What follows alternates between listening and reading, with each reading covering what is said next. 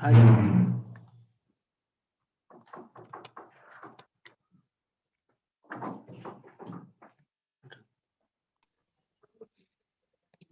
थोड़ा पानी दे दो ना.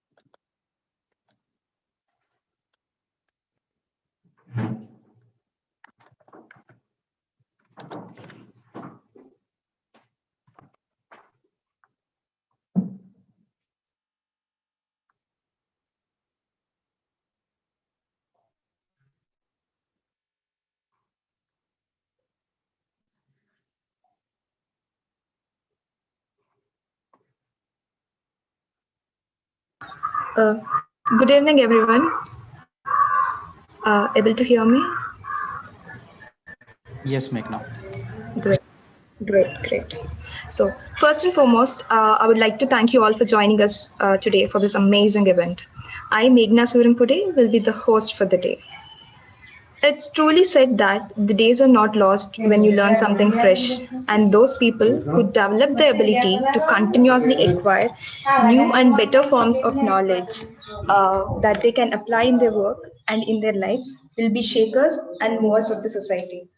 I heartily congratulate all on taking this unique opportunity to soak up in the distinct realm of knowledge and experience. I hope you will take with you the most amazing memories by the end of this challenge. Abraham Hicks once said that you are more productive by doing 15 minutes of visualization than from 16 hours of hard labor. It's actually proven and even adopted by most of the companies. In today's digital era, data visualization is becoming less of a company tech rarity and more a part of everyone's everyday life.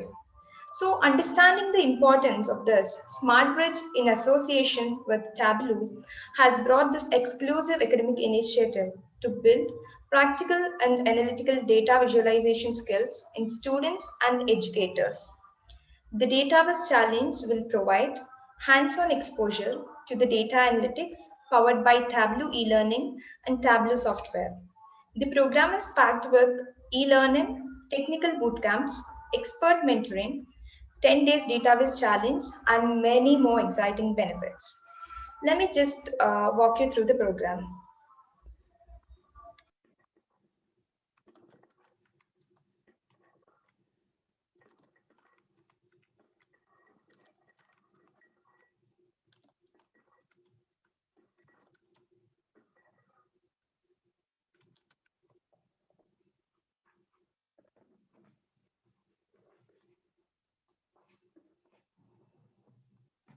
Please give me a second.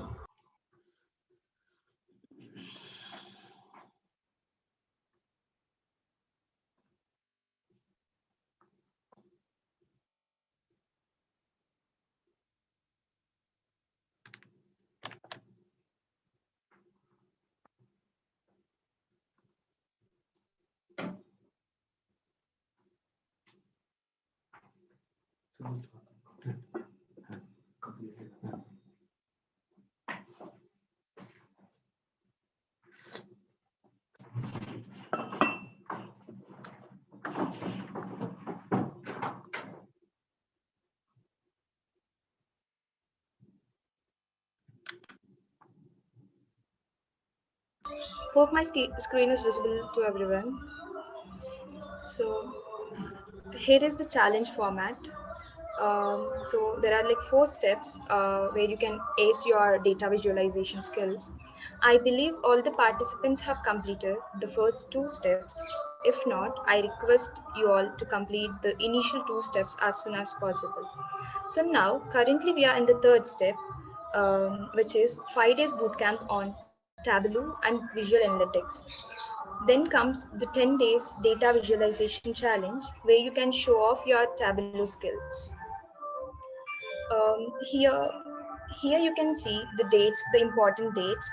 um, Today is 14th of April, which means we've commenced the 5-day boot camp, and this boot camp ends on 18th of April.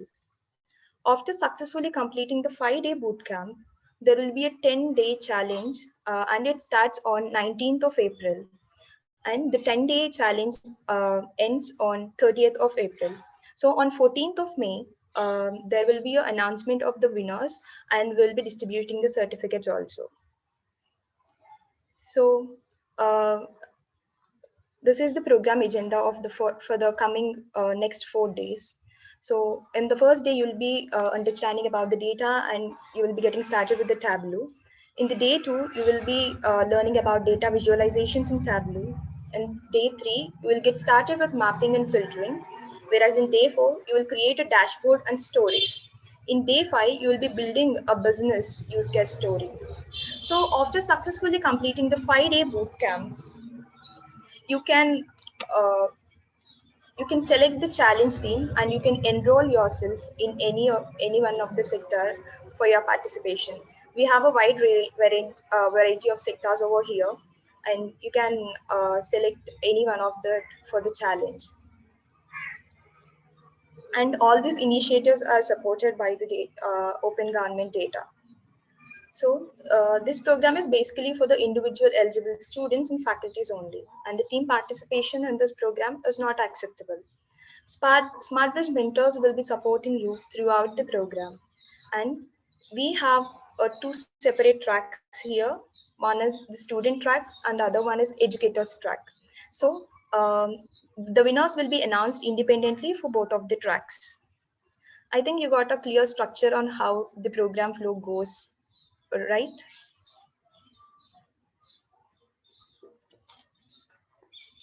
Um, if yes, if you're clear, please drop a message in the chat box so that at least I'll. Yes, great, great, wonderful. So, without any further ado, let me acknowledge the presence of our distinguished guests. We are glad to have with us today Mr. Rajiv Kumar, Key Account Manager of Tableau Software, Ms. KJ Kim, Manager APJ Community of Tableau Software, Ms. Ramadevi Lanka, Director of Emerging Technologies Wing, Department of IT, Electronics and Communication of Government of Telangana, Mr. Jayant Prabhu, Global Head and VP, Data Analytics and AI, Wipro Limited, Dr. Chandrasekhar Buddha, Chief Coordinating Officer of AICTE, Ministry of Education, India, Dr. Ravi Gujjala, Chief General Manager of Technical, APSSDC, Mr. Ravi Brahmanath, Director of Student Innovation and Entrepreneurship, Houston Community College, and Mr. Guru Rao, Director Asia, Smart Interns. We welcome you all for this wonderful event. So without taking much of your time, please permit me to start the program. It's an honor to introduce Mr. Rajiv Kumar. Rajiv Kumar is the key account manager at Tableau India. He manages some India's top enterprise accounts like Samsung, Tata Sky, Titan, Wipro, DTDC, and Murugappa Group. With over 14 years of enterprise software sales experience, he has been helping customers solve their data and reporting challenges. He joined Tableau in 2017, and his mission is to help organizations see and understand the data and help them drive digital transformation and data culture through the respective roles. Mr. Rajiv Kumar, over to you. Hey, thanks, Meghna. That was quite an introduction. I'm really excited about the challenge. I wish I could have participated in it. I would like to share my screen. Just hold on. You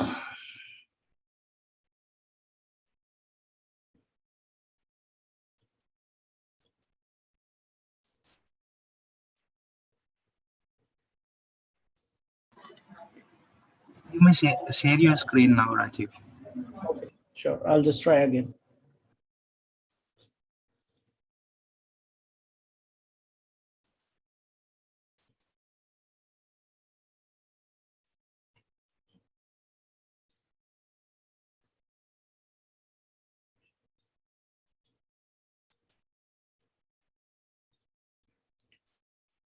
I think there's some issues.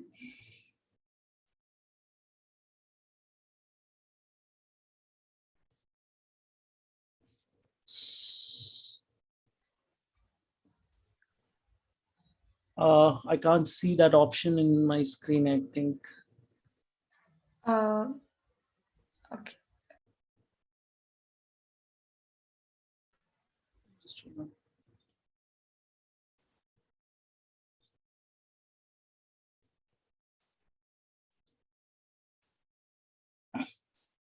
on. Rajiv, can you access it right now? Let me see.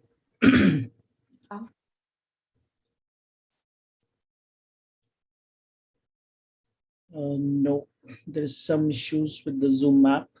Anyways, I'm fine. That's not a problem. I don't have a very big PPT. I don't want to bore the team with the PPT, usual PPTs and all. So just to speaking about, as we all know, most of you might have heard of a common say in the industry today that data is the new oil. So the concept behind the statement is like oil, data is only valuable if it is in a usable form, actually. The organization see data's fundamental value and learn to extract and use it properly, they are always going ahead in this economy currently. Now, this is exactly where Tableau comes into the picture. Tableau offers a visualization platform to organizations to help them see and understand their data. Now, let me tell you why. Today, most of the organizations, whether in India or globally, irrespective of whichever industry they are into right now accumulating huge volumes of data coming from various sources. But the real challenge is to have the right platform and, most importantly, right skill set within the organization. These organizations look for better skill sets to help them use platforms like Tableau to prepare the data, to massage the data, build intuitive reports and dashboards, which can actually help their team members, management get valuable insights out of it. Because these are those insights which helps the organizations to stay ahead of the competition, as well as respond to the changes which is happening around. There are a lot of companies like Reliance, HDFC Bank, Airtel, Samsung, Amul, Tata Group that uses Tableau in today's scenario very heavily and effectively. Uh, as in Tableau, we believe in enabling everyone to use data to make better decisions, regardless of their job description. Now, I would like to hand it over to KJ, my colleague from Tableau. All right, I guess I'll just get started. So, hi everyone, it's really good to meet everyone. I know some of you may have seen my recording on LinkedIn and such.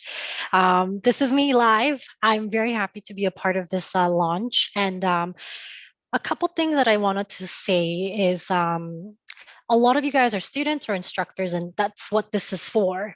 I would say that kind of building on what Rajiv was saying, the market is looking for students, recent grads with Tableau skills. This is fact. If we were to look at LinkedIn and search for Tableau and look for jobs that are looking for Tableau skills, you'd be surprised by the amount of people or companies that are looking for that skill.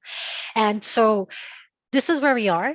As Tableau, we have been providing licenses and resources for students and instructors to pick up Tableau and teach Tableau for free since 2011. I'd say that awareness in India is still kind of in the growth stage. Oh, it says some people can't hear. I hope you guys can still hear me. Yes, KJ, we can hear Yes. you. Okay, great. So knowing Yeah, that Kim, it's audible. okay, great. So knowing that we have been supporting schools around the world to be able to use Tableau for free, know that this is your opportunity to kind of learn as well, because we provide the software, we provide some guidance on online videos and things like that. But the SmartBridge team has actually built out a really amazing curriculum for you guys to actually pick up from the beginner stage to advanced. And so I say this is an amazing opportunity, and you guys are very lucky to get this for free as well.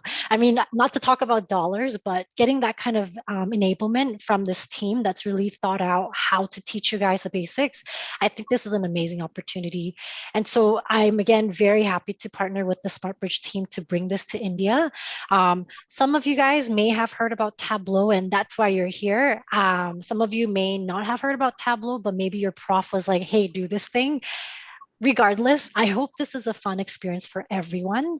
And with that, please do share with your friends, your professors, whoever that doesn't know that this is free. Like Tableau is free. After this competition, you will still be able to use it for free as long as you're a continuing student or even a continuing professor. So know that and build that skill and go out there in the market to show off the Tableau skills.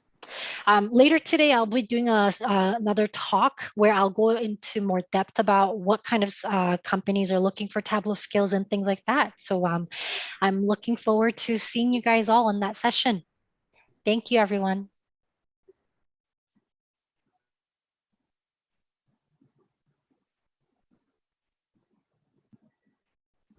Thank you so much, Ms. Kim, and also Mr. Raje, for your valuable information. And for those who doesn't know Kim, Ms. KJ Kim is the manager of APJ community of Tableau Software. KJ leads the community programs for Asia Pacific and Japan for Tableau. This means to create an environment where Tableau users feel a sense of community through connecting, mentoring, and learning together. The academic audience has a special place in her heart because of the lack of awareness in the education space on the prevalence of data skills in the workspace. Through this activity, KJ hopes to help emphasize that visual analytics is not just for the highly technical, and that is an essential skill for the professionals today. So, once again, thank you so much for your valuable oration, Ms. Kim. Moving on next, I'm delighted to introduce Ms. Ramadevi Lanka, Director of Emerging Technologies Wing, Department of IT, Electronics and Communication of Government of Telangana. Ms. Ramadevi's career spanning different domains from civil engineering to information technology to e-governance across government, non-profit organizations, private and startup companies. She played a major role in the Digital India growth story by the way of conceptualization and design for a number of e-governance projects that are crucial in bringing in reforms and transformation in various domains such as health, visa immigration, civil aviation, atomic energy, education, whatnot, everything. She's a wizard. Ms. Ramadevi, over to you. Thank you, Meghna, for that wonderful introduction, for the kind words, I would say. Well, it's a very, I'm very happy to be part of this event.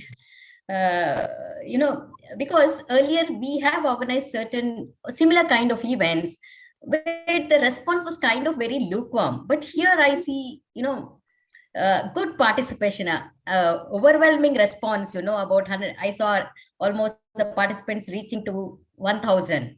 Well, a big appreciation to all of you who are participating in this challenge. And again, SmartBridge and Tableau really have taken up or is organizing this event at the right time, when the demand is there, when it's the need of the hour, I would say, most of you all know, as I think Rajiv Kumar also mentioned earlier, well, it's a new phrase now. All of us are hearing data is the new oil, data is the new currency. Data may, in fact, is going to play a role in making a country a superpower. That's the power of data that we are looking at right now. And why is that data has become so powerful now? one reason is Industry 4.0. Like students, you might be aware of it, right? We are in the midst of fourth industrial revolution, and emerging technologies such as IoT, AI, machine learning, big data, drones, are disrupting many industries, many sectors, bringing, large scale transformation across various sectors. Well, and the basis for this transformation is data. Uh, and technologies like IoT, you will see million devices, that are out there who are constantly, gathering, collecting, and sending data to servers. So drones, they capture images and again send data. Then satellites, you may be aware, right? ISRO, our space organization, has actually opened up the space sector to the private industry. Now you will see private companies, deploying their satellites, private satellites. Again, satellites, when they actually run through continents, they collect huge amounts of data. So you have data now, what do we do with it? Another important accelerating factor, I would say, is the recent pandemic. All of digitalization is happening at a very, very, very fast pace in the areas of healthcare. Earlier, nobody would think of using online services in healthcare, but today all of us are doing that. Education online, healthcare, agriculture. So all these are actually, again, creating, huge chunks of data or huge amounts of data. And added to this, there recently, I think a couple of months back, NASSCOM and McKinsey, which is, a consulting organization, they actually released a report which says, India can actually unleash around $500 billion of, worth of value by creating data sets or identifying new data sets in various sectors like healthcare, education, most predominantly agriculture also.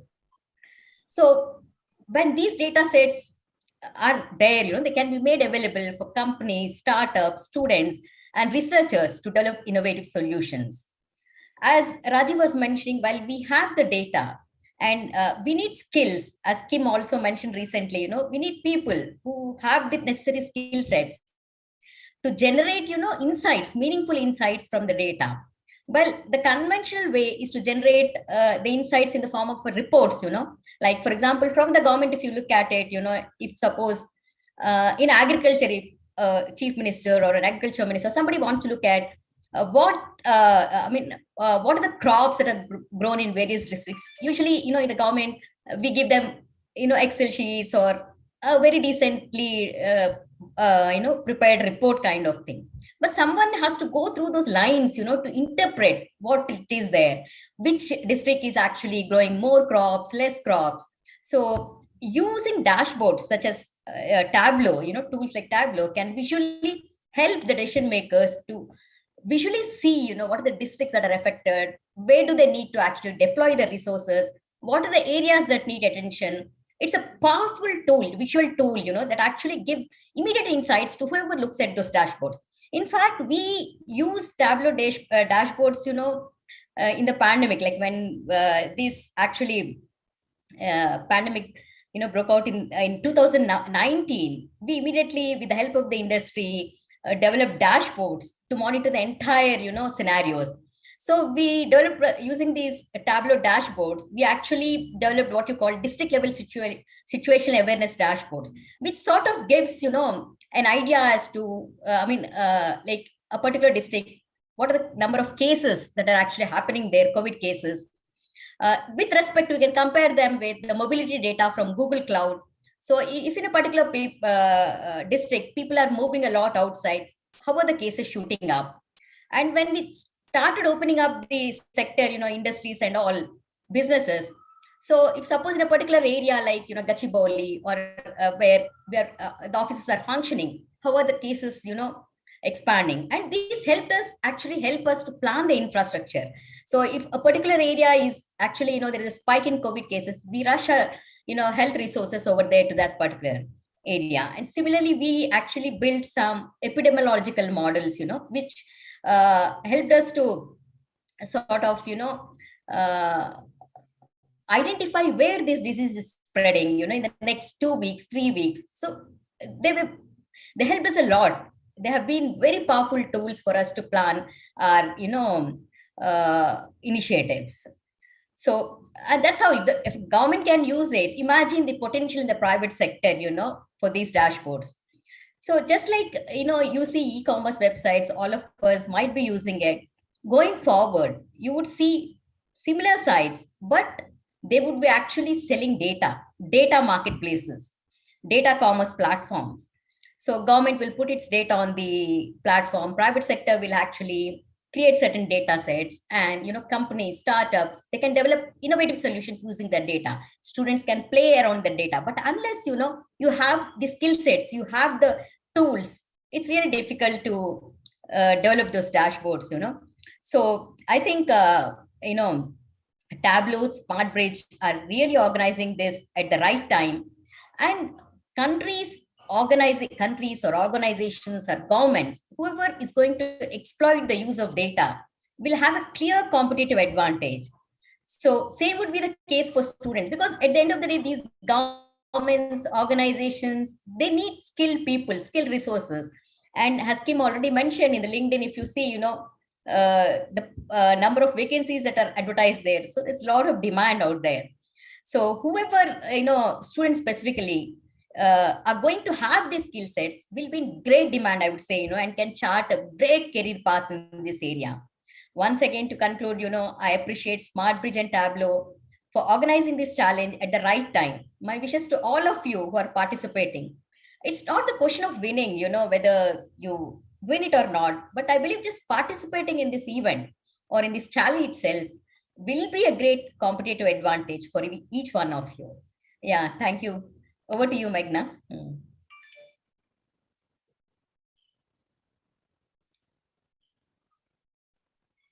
Thank you so much, Ms. Ramadevi. That's quite an informative thought. And it's not about the question of winning, as you said. It's always about the participation and the memories we created. Thank you so much for your oration, Ms. Rama. Now, moving on next, it's my absolute pleasure to introduce Mr. Jayant Prabhu, Global Head and VP of Data Analytics and AI, Wipro Limited. Jayant has 15 years of IT experience that ranges across different industries. He is a recognized and respected thought leader in the information management, business intelligence, and analytics areas, helping organizations formulate strategies to leverage information as a strategic corporate asset for competitive differentiation.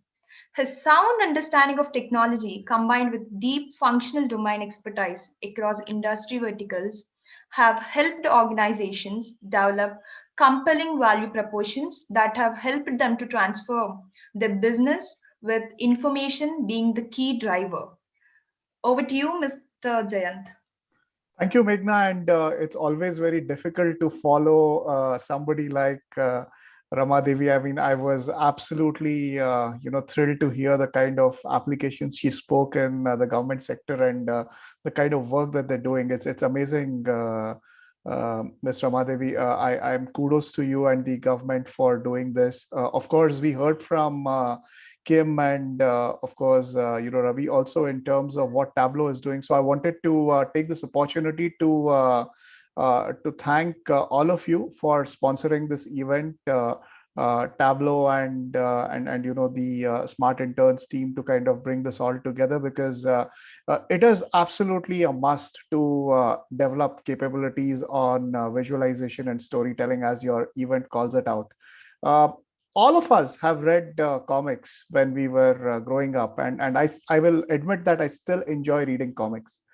And the reason why I enjoy reading a comic over maybe a hardbound or a softbound book, which is a lot of text, is because of the visuals that the comics have. We are all programmed to think visually. I mean, I don't think there's ever a moment in our lives where we do not read something and imagine it visually. So visual insights have a very profound impact on the human mind and the human psyche. And that's why we love images. That's why we love pictures. And as I said in my quote, a picture says 1,000 words, and visual insights do the same for the tons of data that we have.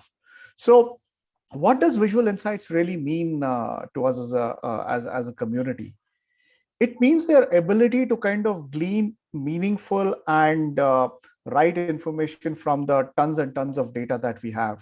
We heard about data being the new oil. We heard about data. We've heard all kinds of monikers about data being the new gold, new oil. It's kind of related to all the metals. And there was a beautiful example of if you don't distill that, it is fairly useless. And that's exactly what Visual Insights does. It distills the insights from the raw data. So your ability to kind of glean these insights from the raw data is a skill that will take you places. Please, take this competition obviously do this with a lot of fun, but also do it very seriously, because it is a skill that you will build, and it's a skill that will take you through for life. Also, when I look at any opportunity or any new area that's emerging, whether you're a data scientist, a machine learning engineer, or an AI engineer, or a data engineer, a lot of what you do will be predicated on your ability to really visualize data and story tell with data. So this is a skill that is a must. So irrespective of whether you're going to become one of these, if you do not have the fundamental skills of being able to storytell with data and storytell with visuals and infographics, your ability to convey what you have developed or delivered is going to be half-baked. So please, develop this skill as a student. It's extremely critical that you build this capability, you kind of build this muscle in your career, because this is going to take you places. This is really going to help you differentiate irrespective of what you're doing, your ability to storytell with data. So, just as we were speaking through, as I was hearing the participants, some of the things that come to my mind in terms of how, visualization has helped industries. Some work that we're doing for an airport in Canada, and during the pandemic time, you would imagine that social distancing is key. The number of flights that were coming in were obviously reduced, and the airport workers being in the front line were potentially at the biggest risk of being infected. So there had to be a mechanism by which you had to figure out, how you kind of space out your your airport staff. So what we did using Tableau was we created dashboards for the airport authorities, where they could get a sense of the number of bags that were coming in at the airport at a given point in time, so that they could then deploy the adequate number of handlers. They could deploy the adequate number of people at both the aircraft, at people who are loading and unloading the bags into the baggage trucks, and then offloading it at the baggage carousel for people to pick up. Because they had to be careful. It was not like the past where they could deploy tons of people. They had to ensure that the number of people that they deployed were optimal. They were socially distanced, yet at the same time they did not compromise on the service levels that they had. So we built optimization dashboards for them. So every time, every hour rather, that the airport was functional, there were dashboards that got generated with real-time data in terms of the quantum of, in terms of the number of, aircrafts that were landing, and the quantum of bags and the kind of size of bags that they had. There's a free data set that kind of enables you to do that. So that was what we were able to do. Now, imagine if, the example that Ms. Ramadevi gave about doing this with Excel sheets. If you gave this data over in Excel sheets to the people, they would have been probably scratching their heads in terms of figuring out how many people to deploy. But the power of visualization meant that there was very clear indication in terms of the number of bags, the size of the bags, the kind of people that were required. All of that was available in a dashboard for the airport operations manager to take decisions on.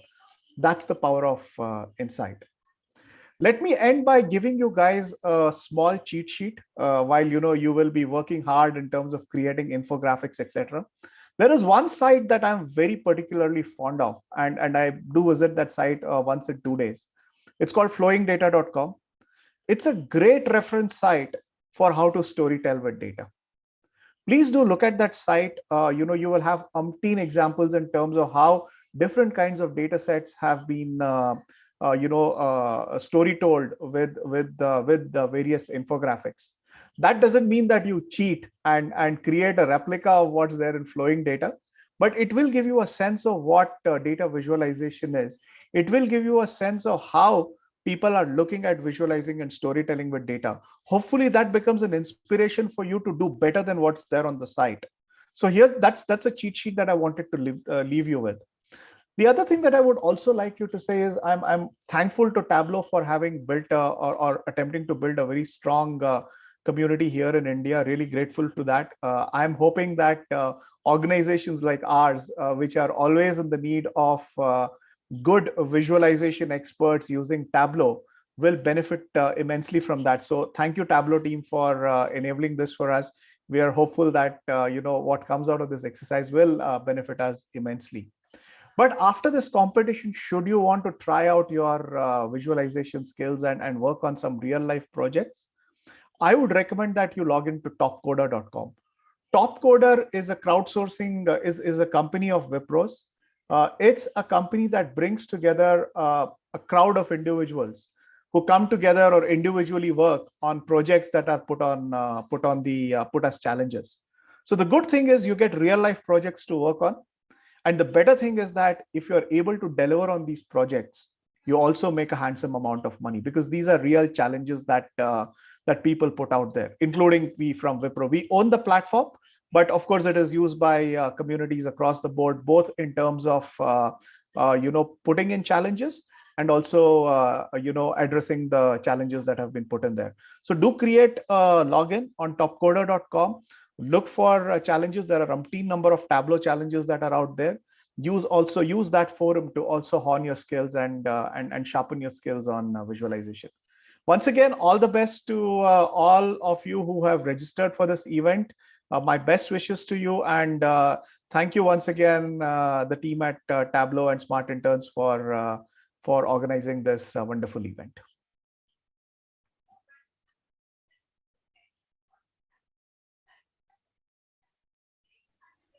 Thank you, Mr. Jayant, for sharing the valuable inputs. And the optimization dashboard project you worked on during the pandemic is quite fascinating. Thank you so much.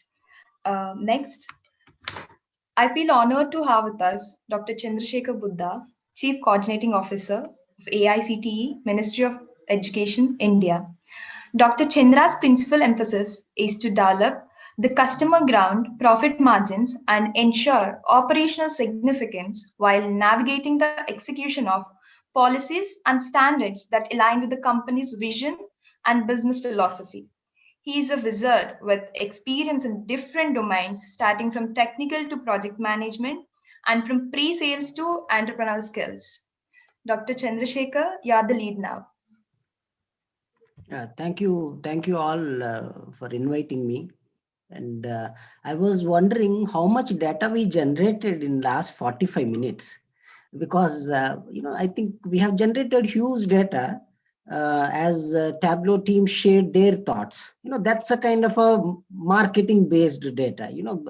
Others shared their own experiences.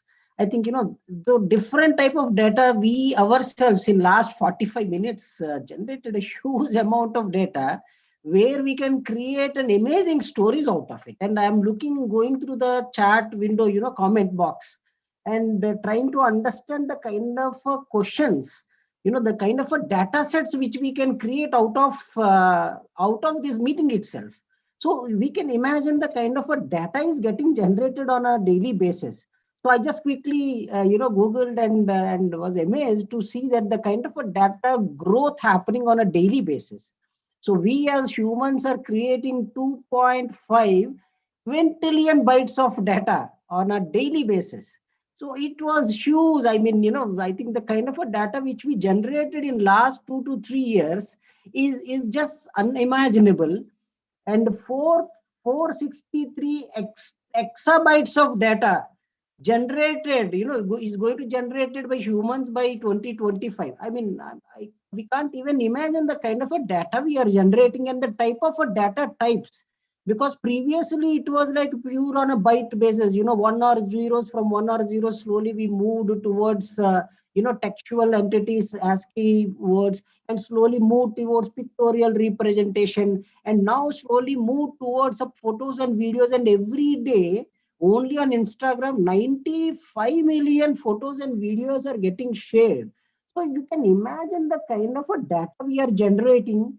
And I was really amazed to see these statistics. Like, I mean, again, it's a pure statistics, but it says by end of 2021, we as humans are going to generate 50 zettabytes of digital data. I mean, I'm sure we can wrap the entire globe, at least 10 to 20 times with the kind of a data we are generating. And every day, 306 billion emails are sent and 500 million tweets. I mean, the kind of a data, structured as well as unstructured data, is we can't even imagine. So that opened up an opportunities for students or faculty or for industries or for companies who is interested on converting this data into a meaningful business decisions.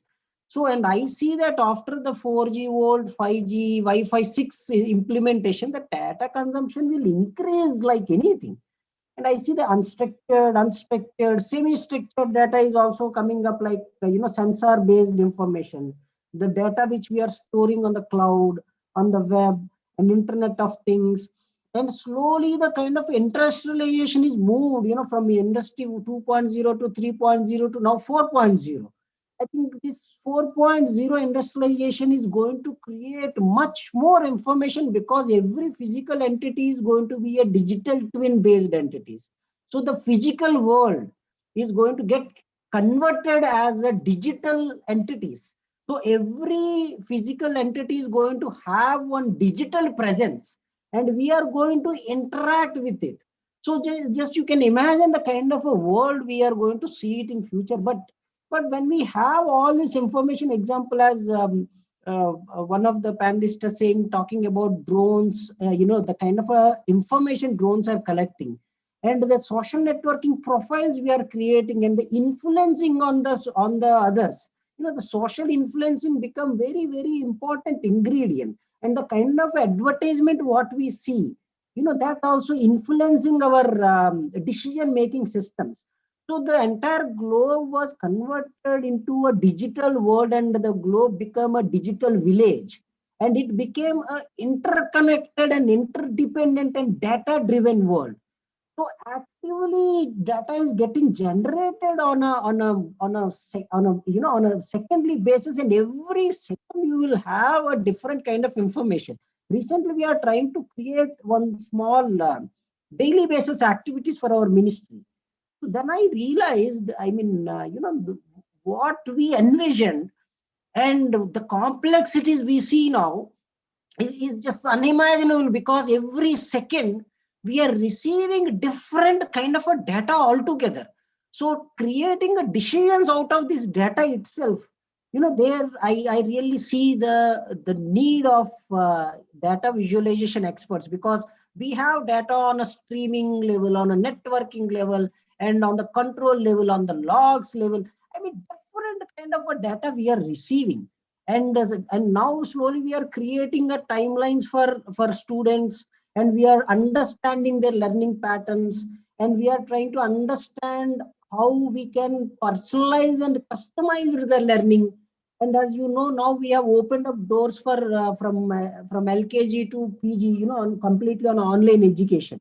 So the kind of a data we are generating, it increased. The size of data got increased like anything. And nowadays we are, even when they enable their webcam, we not only see the student, we see their grandmothers, their grandfathers, their mothers. I mean, it's in a different experience altogether. I think we are slowly shifting the thought process of physical entity to a complete digital entity, and converting this data into a meaningful business decision is going to be a very key for every business as well as individuals. And that visualization is going to play a major role in this. So I was always wonder, what is this data visualization? Because, I myself worked on very complex database, data-driven applications, and, which is very transactional in nature. So the first application we created for one of the US clients, where we received more than a billion records, where the who purchased cars, and we need to create a visualization system. So there I learned one beautiful thing, that one of my CTO that time, I was an architect for that project. He told me one single line which I still remember. He said, see, the data visualization is nothing but building a great experiences. See, what happens, the business, basically the business owners or the stakeholders on the company, they are looking for profits.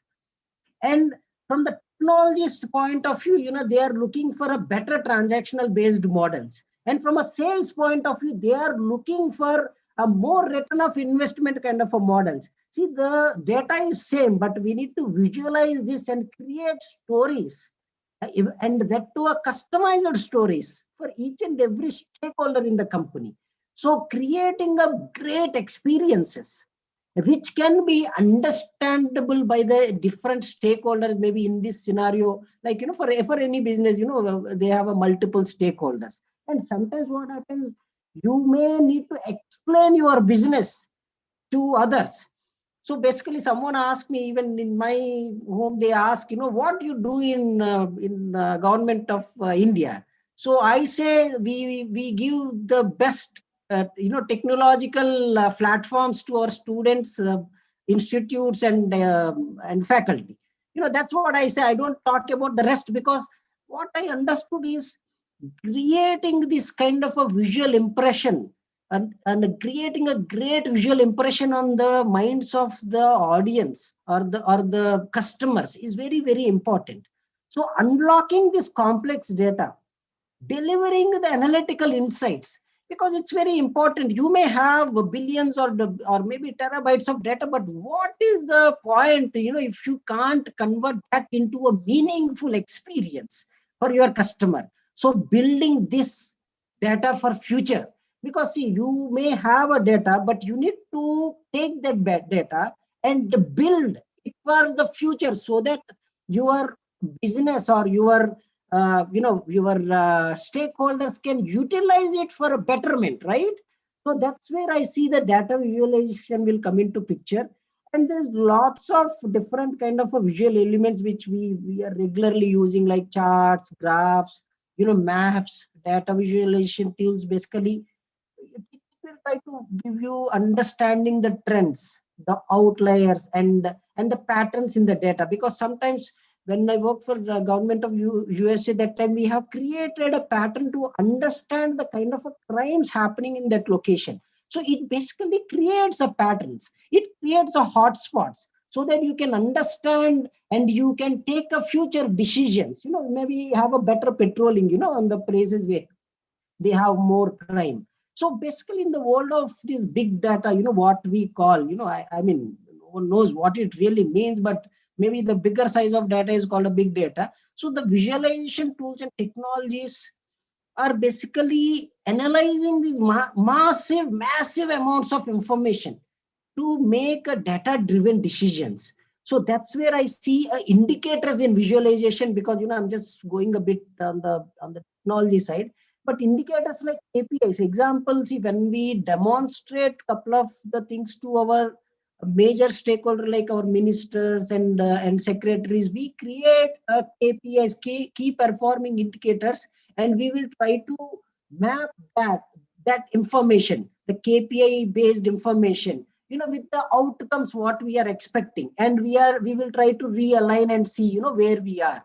And lots of line charts, bar charts, to bar charts to break the things down, and column based charts, because sometimes you need to compare the values, because sometimes we will create three different kind of patterns, like visualizations. One is the past, present, future. So the visualizing the data, it basically gives you a clarity, and it will create a kind of a imprints which humans can understand, and it can store in your visual memory of your brain. So pie charts, or sometimes the scatter charts, the bubble charts, the tree maps, also very, very important. So the funneling, so these kind of a visualization of data is very, very important. And in order to do all this, we need data experts. I mean, who basically play with data and, who understand and who can create this kind of a geographical based information or a funneling based information so that someone can look into it and take a decision. So we as a Ministry of Education, we are skilling and upskilling students, faculty, and we are basically wants to give only the best to our students and faculty, because we are no more Babogiri kind of officers. Now we are advanced technological companies, and we want to give only the best to our students, faculty, and institutes. But that's where when we say the best, the challenge is increased, because now we are not only having the textual based. Now we are having the data on a AR VR based. We are generating the data on a interactive PDFs. We are generating data on a virtual labs. We are generating data on a sensor based. We are generating the data on a 3D models. I think the kind of data sets which we are creating is increasing day by day, and we are using advanced technologies like Tableau, and we are creating this kind of visualizations for our better understanding. And I really welcome everyone, because this is the kind of a need of the hour. I really see on the emerging side, artificial intelligence with the deep learning technologies, as well as the data visualization. I mean, data analytics is going to play a major role in every industry. I mean, if you take the recent investments coming in India, if you see, the most of the investments are spread across the different domains. And we have received more than 360 billion investment in India, for next 15 to 20 years. And the kind of incentives Indian government is giving, very, very encouraging. So what it really means is it is going to translate into a massive job opportunities. And it is now our responsibility to make our students, faculty, and every learner ready for the opportunity. Because you may create opportunities, but who is going to perform? Who is going to work on it? So I think I see the data is one area which is going to create millions of opportunities. Like recently, we have identified on the cyber security side, there's a 35 million opportunities for next 3 years. And here I see that the Tableau team, they shared the information kind of opportunities available on the data. I really appreciate this kind of boot camps, and I think we need to take things forward in a similar way and have more such kind of boot camps, so that every student, everyone who wants to learn, they can basically adopt and learn all this. And I'm sure SmartBridge is one of the neat selected company, and I really appreciate the kind of activities they are doing. Because sometimes what happens is every company is to have a kind of a vision to take things forward in a way that every student or every stakeholder in this process will get benefit. Here I see it's a mutual win-win situation, because from our side, we can say that we have empowered the students, and from Tableau side, they are creating their future employees. So that's a kind of a model I see, and this I myself call it as a win-win models, because everyone is getting benefit out of it. And we need to have much more such kind of initiatives. And I really appreciate, and we from a Government of India, from Ministry of Education point of view, we welcome every student and everyone, and welcome everyone from the Tableau team to have much more such kind of initiatives. And feel free to contact us. We are very open now, and we are ready to learn. And the new education policy which we are implementing is agile in nature. I mean, we are ready to adopt any new suggestions you have, and we are ready to fine tune, because the way we have created the new education policy is purely on the industry needs. So we have interacted with the industry experts, we interacted with the companies, and we try to understand what they want, and we fine tuned our models and the policies. We have quickly started changing all those policies according to the 21st century requirements. Even if you see, recently we even started online degree courses, because we strongly believe we want to give what our students wants, not that what we want to deliver to them. I think now it's everything is a student driven and not government driven. So we are we opened our ears. And if you see yesterday, from last 2 days, we have received lots of unstructured and structured data on Twitter about CBSE, exams. And today we have taken a decision. So you can understand that now we are watching, we are analyzing the data, we are converting that data into a meaningful information, and we are utilizing that for the betterment of the society. So I really wish everyone best of luck. And please feel free to come back to us if you want anything from government side. We will try our best to accommodate, and we are here to serve the nation, and we will continue the same. I wish everyone best of luck. Thank you very much.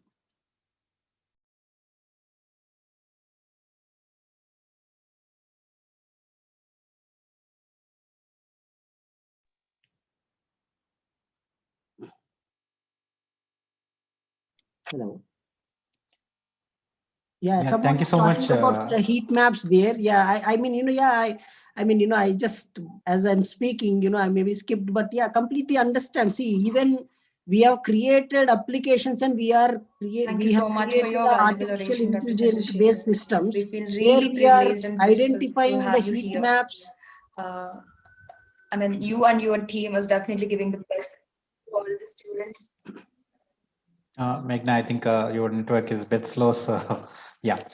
Thank you so much, sir, for joining this session out of your busy schedule. I know, like, you are part of multiple the policy-specific programs happening through Ministry of Education, and such a wonderful the motivation for the students and educators over here. And we will be looking forward to work with you for the future events going forward. Thank you so much, sir.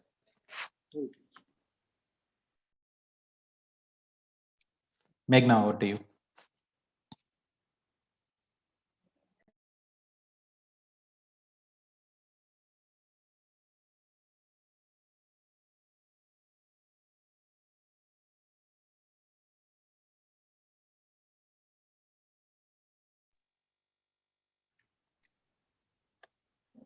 And Amrendra ji, we are inviting Tableau team also. So you please visit. I mean, I request Tableau team to visit our office so that we all can sit together and create, much more better systems for our students and society.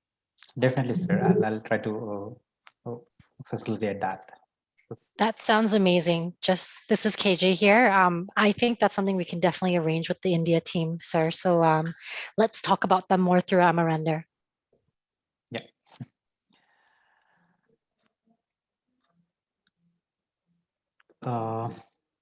Make now we lost you. Yeah. Anyway. Hemant, can you change the slides?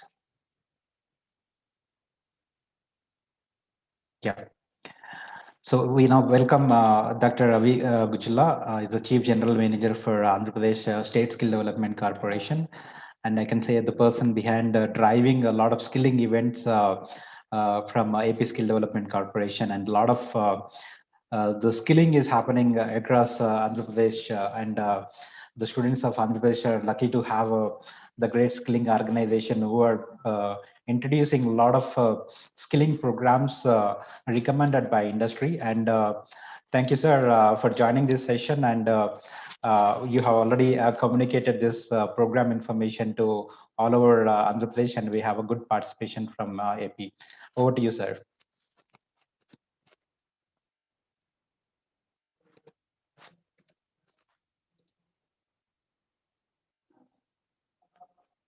Ravi, sir, are you there?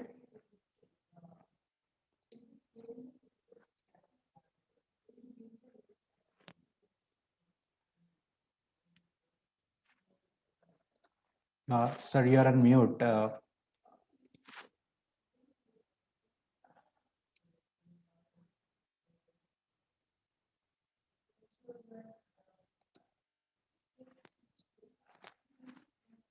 Okay. I think there is a network issue from sir.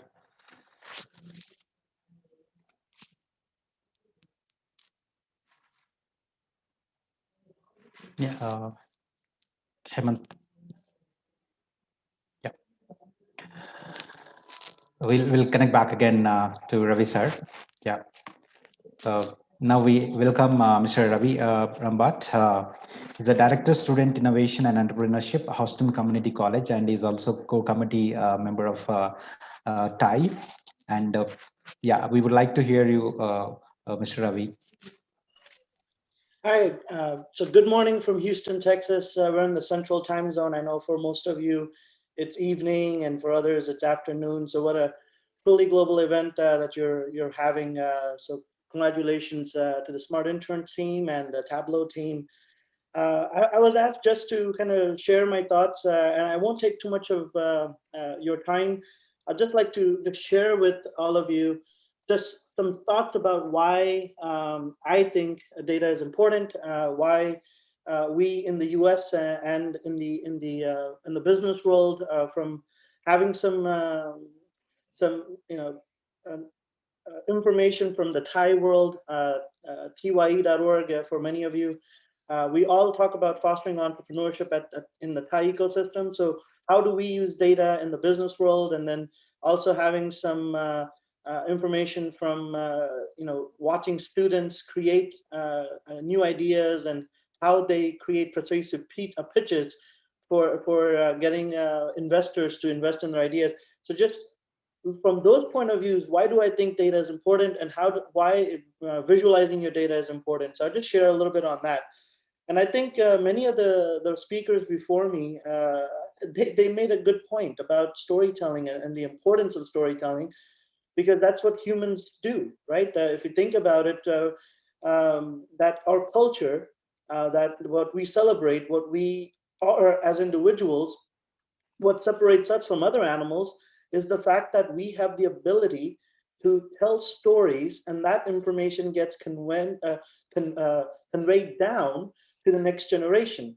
So data storytelling is no different, right? It's basically what's been going on, what's been captured, and the gentleman before me mentioned how much massive amount of data we are collecting today in the information age than we did in the industrial age.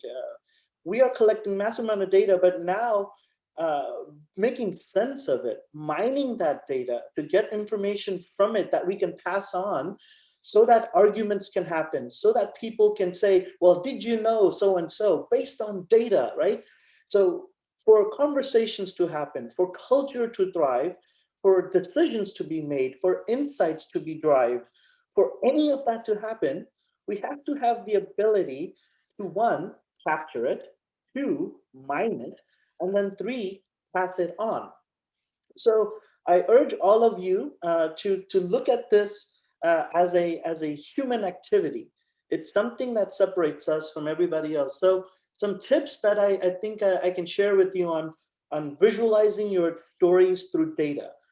First and foremost, start with just one axis, right? Data, when you're putting it on a chart, when you're using Tableau and you're trying to come up with your big aha, start with the simple, right? There's a lot of power in keeping it simple. Starting with just one axis of data, then add another point, then add another point, but explain to the customer or the user or the audience how adding that data changes the meaning of the information you're presenting. The more information you reveal, the bigger the aha for the customer will become. But start simple. Use colors. Believe it or not, but humans, there's something called color therapy, where by showing one color over another, you can create emotions and feelings. Don't forget that humans not only think with their mind, but they also think with their emotions and their relations, which is through their hearts, right? I know scientifically you can argue that, but emotions matter when you're telling your data. So use colors, use simple, keep adding information on top, use colors to convince, and then finally use animation. Show the biggest thing that all of us have in common is time. When you use animation, you're applying time to your data.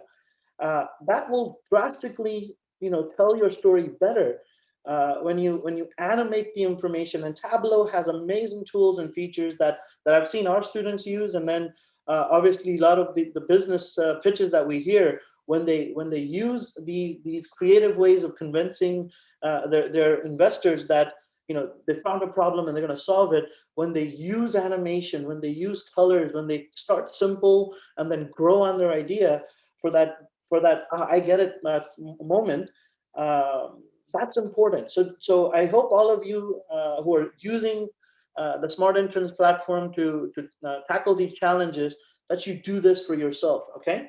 I also just leave all of you with a thought that I think is important when you're trying to convince someone or explain to someone.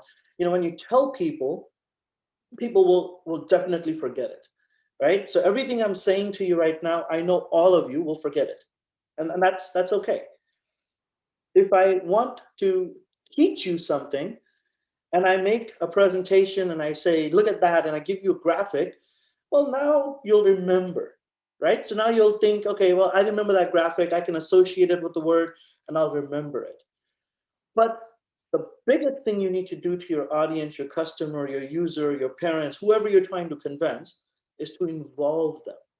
When you involve your users or your stakeholder, you'll include them in the learning process. So my ask from all of you is to figure out how can you involve the data sources that you have, the places where you're getting your data from, how can you involve them? And then the information that you're convincing to somebody else, how can you involve them in understanding the data together? The more people get involved, the more they'll learn, they'll understand. There's a big difference between just telling someone and then involving someone, and that is going to help them understand. And once people understand, they'll take the story and they'll pass it on. And that's, again, we'll tie back into our culture. So I hope my tidbits here help you in your journey to data gathering, data mining, and then data visualization, and ultimately storytelling. So thank you so much for the time. I want to once more congratulate the Smart Interns group and Tableau. Good job for creating great tools for folks like me to use and benefit from. So thank you. Thank you so much, Mr. Ravi Brahmbhatt. I know it's early hours for you, but still you got able to make it. And great thing, not only data visualization and data analytics and visualization will lead ultimately into innovation, and even we can build awesome products out of the whatever we are doing here. Okay, thank you so much for great insights. Now we move forward to Dr. Ravi Gujula from AP State Skill Development Corporation. Happy to have you, sir. Over to you. Yeah, thank you very much, Amar. At the outset, good evening to all co-speakers and the young dynamic students who are participating for this Smart Interns and Tableau Data Challenge competition. And really, it's a great pleasure for me to talk about on this Smart Interns and Data Challenge program. As Amar mentioned that, you know, APSSDC is rigorously conducting on disruptive technologies which are not part of regular academic curriculum. So apart from that, and so since inception of this program, every the speaker from Jayant and Chandra and Ravi and Ramadevi and the team all are talking about the data, right?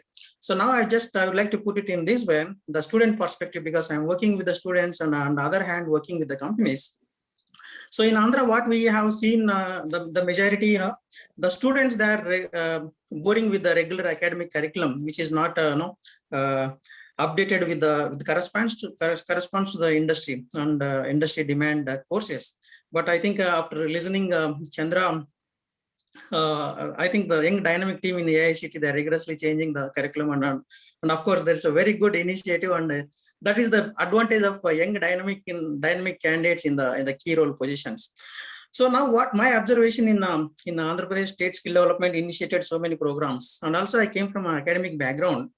Most of the students, they're boring with the regular academics and they're showing very much interested to learn the new courses when we are introducing, like, you know, earlier we worked with Smart Interns through in association with IBM. We conducted so many programs, Gurukul faculty development program and all, where we have seen the huge response.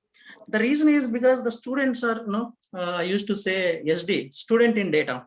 student in data means this generation, this younger generation are much want to do something apart from the regular academics. So when we introduce any course like artificial intelligence or data science, deep learning, and RPA, robotic process automation, the students are showing very much interest, and also students are doing a very good projects which are helpful to the society. So like this, APSSDC is introducing so many programs, and I think let me congratulate to the Smart Interns team and Tableau team, and also I say thanks to organizing such type of programs. These type of boot camps and challenging data challenging programs, 5-day boot camp and 10-day challenging teams, they are come up with a different agriculture and healthcare sectors.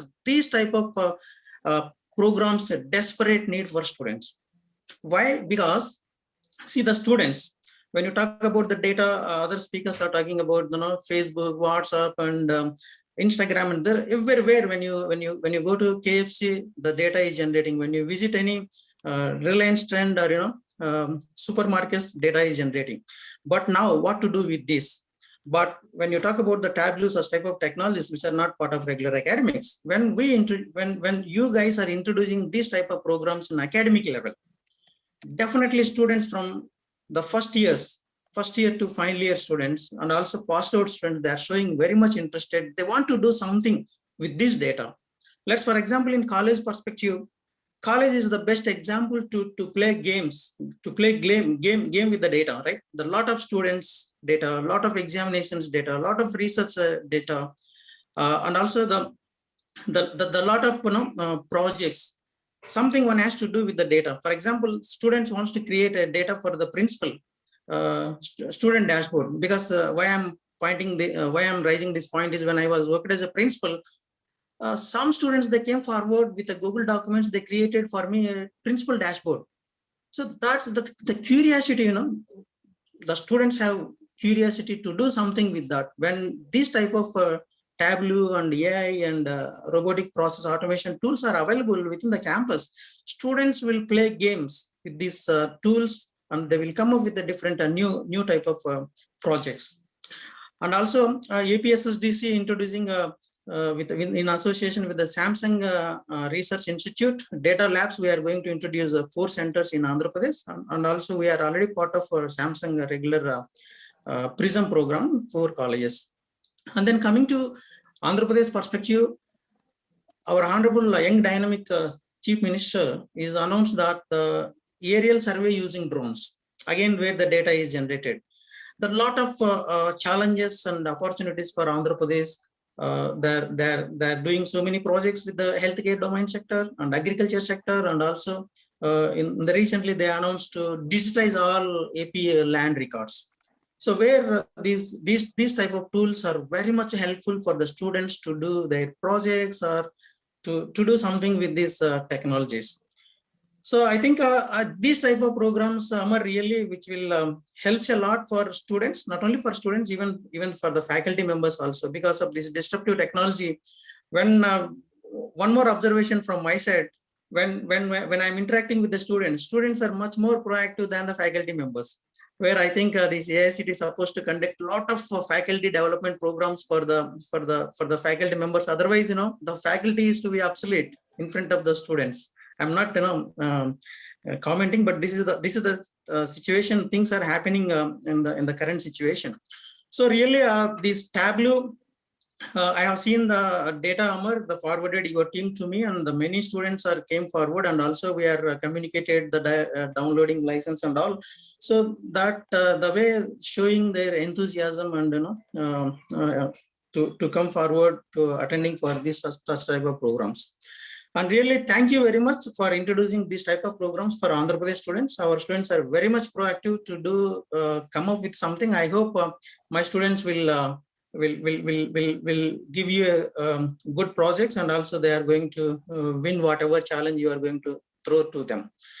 And thank you very much for giving this opportunity, and wish you all the best for the students who are participating in this program. Thank you very much. Thank you, Dr. Ravi. Thank you so much for your valuable narration. Buddha sir, you want to say something? Yeah, thank you, Raviji. I think, see, now I see that, all forces are coming together. See, it is like Ganga starts with one small drop of water, and that one drop will become like a big river. When it comes down, right?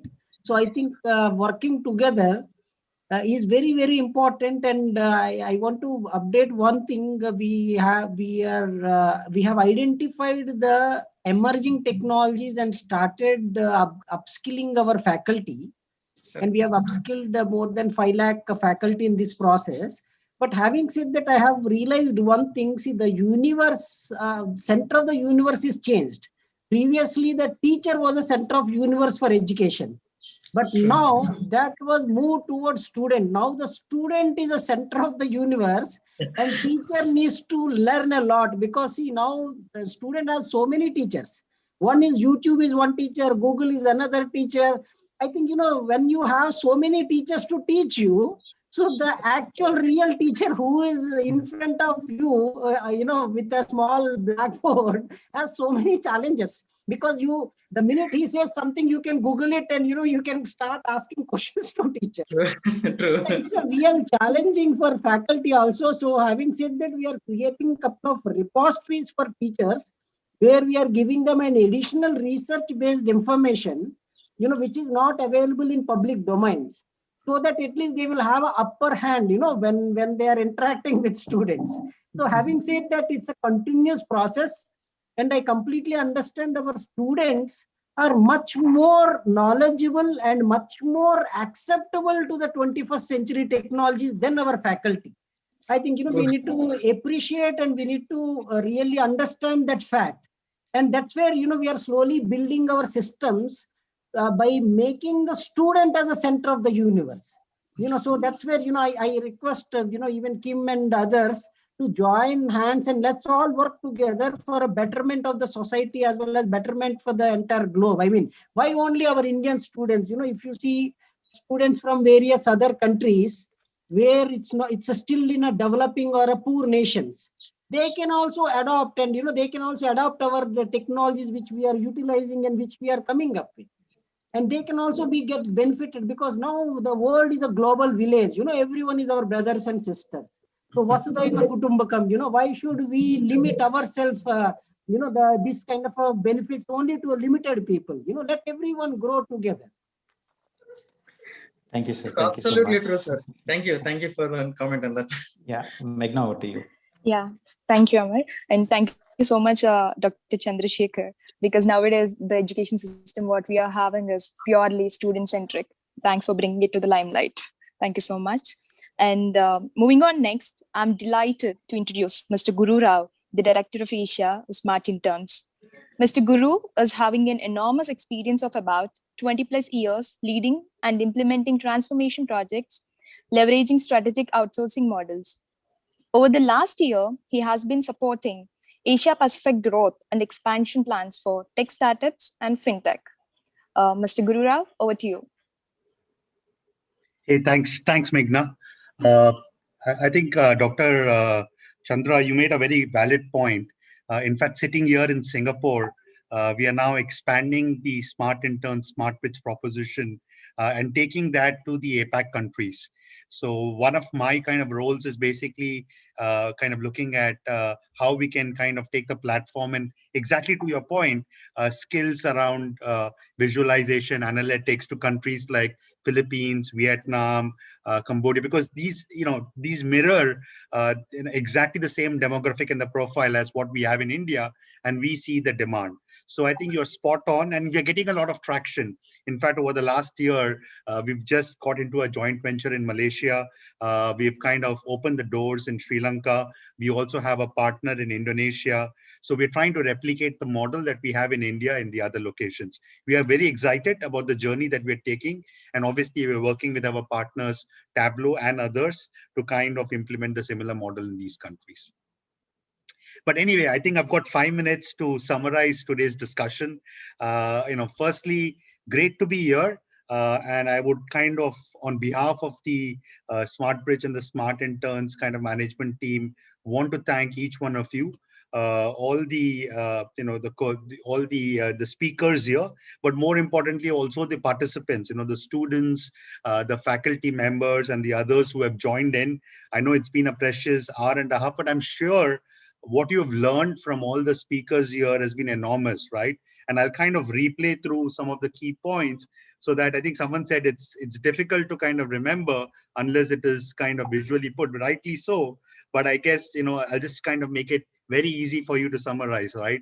So we started with Ravi, and we started with Kim talking and setting the context as to why this is an important opportunity, right? I think the visualization, area is growing, and especially Tableau skill sets in demand, right? So that obviously to all the students here, the 1,000+ students and the faculty members, I think that sets a context as to what we're trying to do here, why that is important. I think Ms. Ramadevi, you kind of got out very clearly and succinctly as to how the Industrial 4.0 revolution is going to kind of make the data revolution explode further. And I think what was also compelling is the use case that you shared around the pandemic. I think that really shows that how industries, including the government, are effectively using data and visualization to solve for real world problems. I think that's the key. I think Jayant, I liked your idea of the analogy to comics. I think who doesn't like comics? I would at any day pick up an Asterisk or a Tintin as compared to any other book. So I think that kind of stuck with me as today's presentation. So thanks a lot. And again, your use case just shows the diversity of the analytics use cases that we can have, right from healthcare to solving for the pandemic to the airport use case, right? So I think it is quite interesting in terms of how you've been able to kind of satisfy your client requirements and solve it for that particular challenge. Dr. Buddha, you also kind of spoke about the explosion of the data, rightly so. But I think what stuck to me is building a meaningful and a great experience. I think that's the key. You might have tons and tons of data, gigabytes, petabytes, whatever you call it, right? Big data. But how do you use the data and make it, make it something which the end user can consume? The experience, right? Whether it's the small and medium enterprise, whether it's a corporate, whether it's an educational institution, the ability to use that and kind of execute on it. I think that is something which is very important. But I also like the fact that you spoke about shaking the whole Babugiri syndrome, which is very important. And I think I'm so glad to hear that you, along with what Dr. Ravi is doing at the state level, and of course with the support from Ms. Ramadevi, I think that's basically getting all the ingredients together to make obviously the upskilling of the workforce, right? Whether it's the students or the faculty, obviously data and visualization is one part of it. I'm sure you're doing it across all the technologies. So kudos to you. Kudos to all of you to kind of bringing all this together, because it is very, very important that it's not just the government, but also the industry participants. What we are doing here at Smart Interns, Tableau, Wipro. I think it's the combination of all these factors that will help obviously the youth of tomorrow, but more importantly, making sure that we have the right skill sets. I think one final point, Ravi, that you made, Ravi Brahmabat, that you made, which probably is important in the context of what we're doing, is the immersive experience or involving the end users. What I would encourage is students take the opportunity. I think the coursework has been put together has been fantastic. Idea is to not just do another theory course, it's an immersive experience. So thanks a lot, Ravi, for bringing it up and use some of the tips, the color and it's so important. I was at JP Morgan for many years and we use Tableau. We use to kind of have a 360-degree view of the supplier. And trust me, as the regional procurement head, it helped me a lot. In one snapshot, I was able to understand the risk profile of the supplier, the spend with the supplier, what contracts are coming up for expiry, and also what is the front office relationship in terms of the revenues that they generate. So it was so effective for senior management, and we use colors and exactly to your point. So I guess, my parting comment is that we've got a great platform. I think the challenge is great.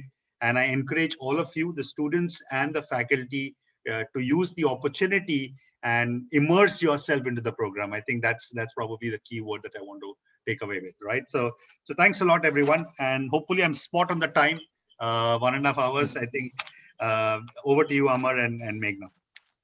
Thank you so much, Mr. Guru. I really appreciate how you summarized everything that happened till now in the session. Meghna, that's called data analytics. Yeah, he gave us a live example. example. Wonderful. Yeah, Thanks, Guru, for joining the session. And I must thank Telangana Academy for skills and knowledge also, because they also supported us in sending out the information to all the engineering colleges and degree colleges across Telangana. We got a lot of support from them. Thank you so much, the team task, for supporting us in this particular initiative. Yeah. Meghna, over to you. Yeah, thank you, Mr. Amar. So on behalf of the entire SmartBridge, I would like to thank you all once again for so kindly joining us for the event. Now, I would like to hand over the session to Ms. KJ. KJ, the floor is yours.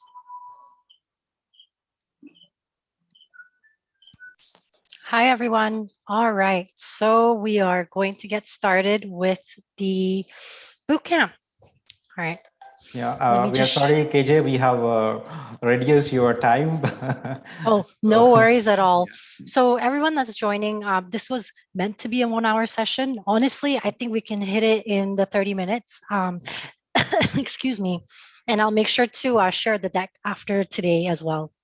So let me just get around to sharing my PowerPoint. All right.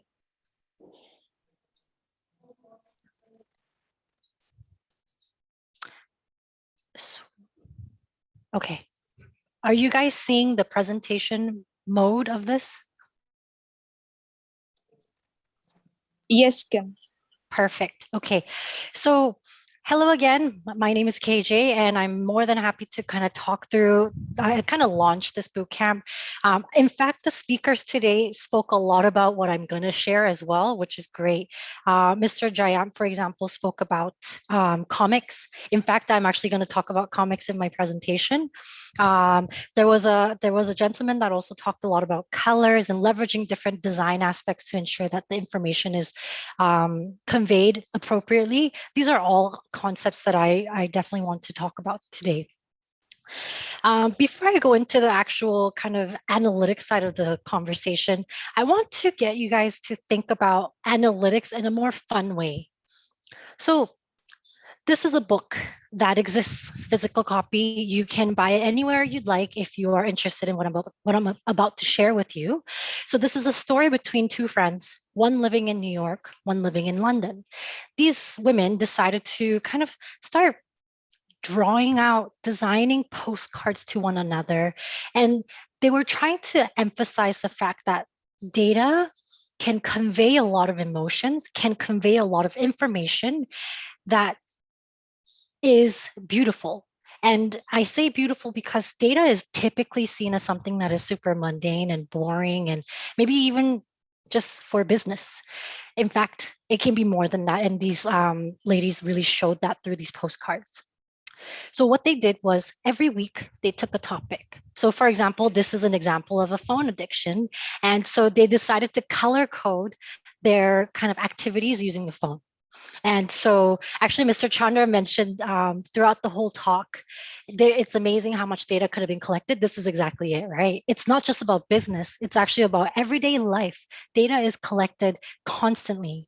And so they decided to look at, brown for doing work, lime green for lounging and or looking at a map, sorry, and things for looking at playing music, SMS, things like that. And so fun thing to know is lime green is looking for a map.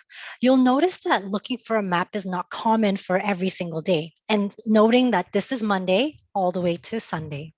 So for example, Friday, typically Fridays we go out and we're trying to talk to our friends, trying to gather for, Friday night. And so there's a lot more activity going on Friday, right? Then you look at the lime greens and think, okay, Tuesday evening, she might have been trying to look for a location. Maybe she was having a meeting. Same for Friday, same for Sunday.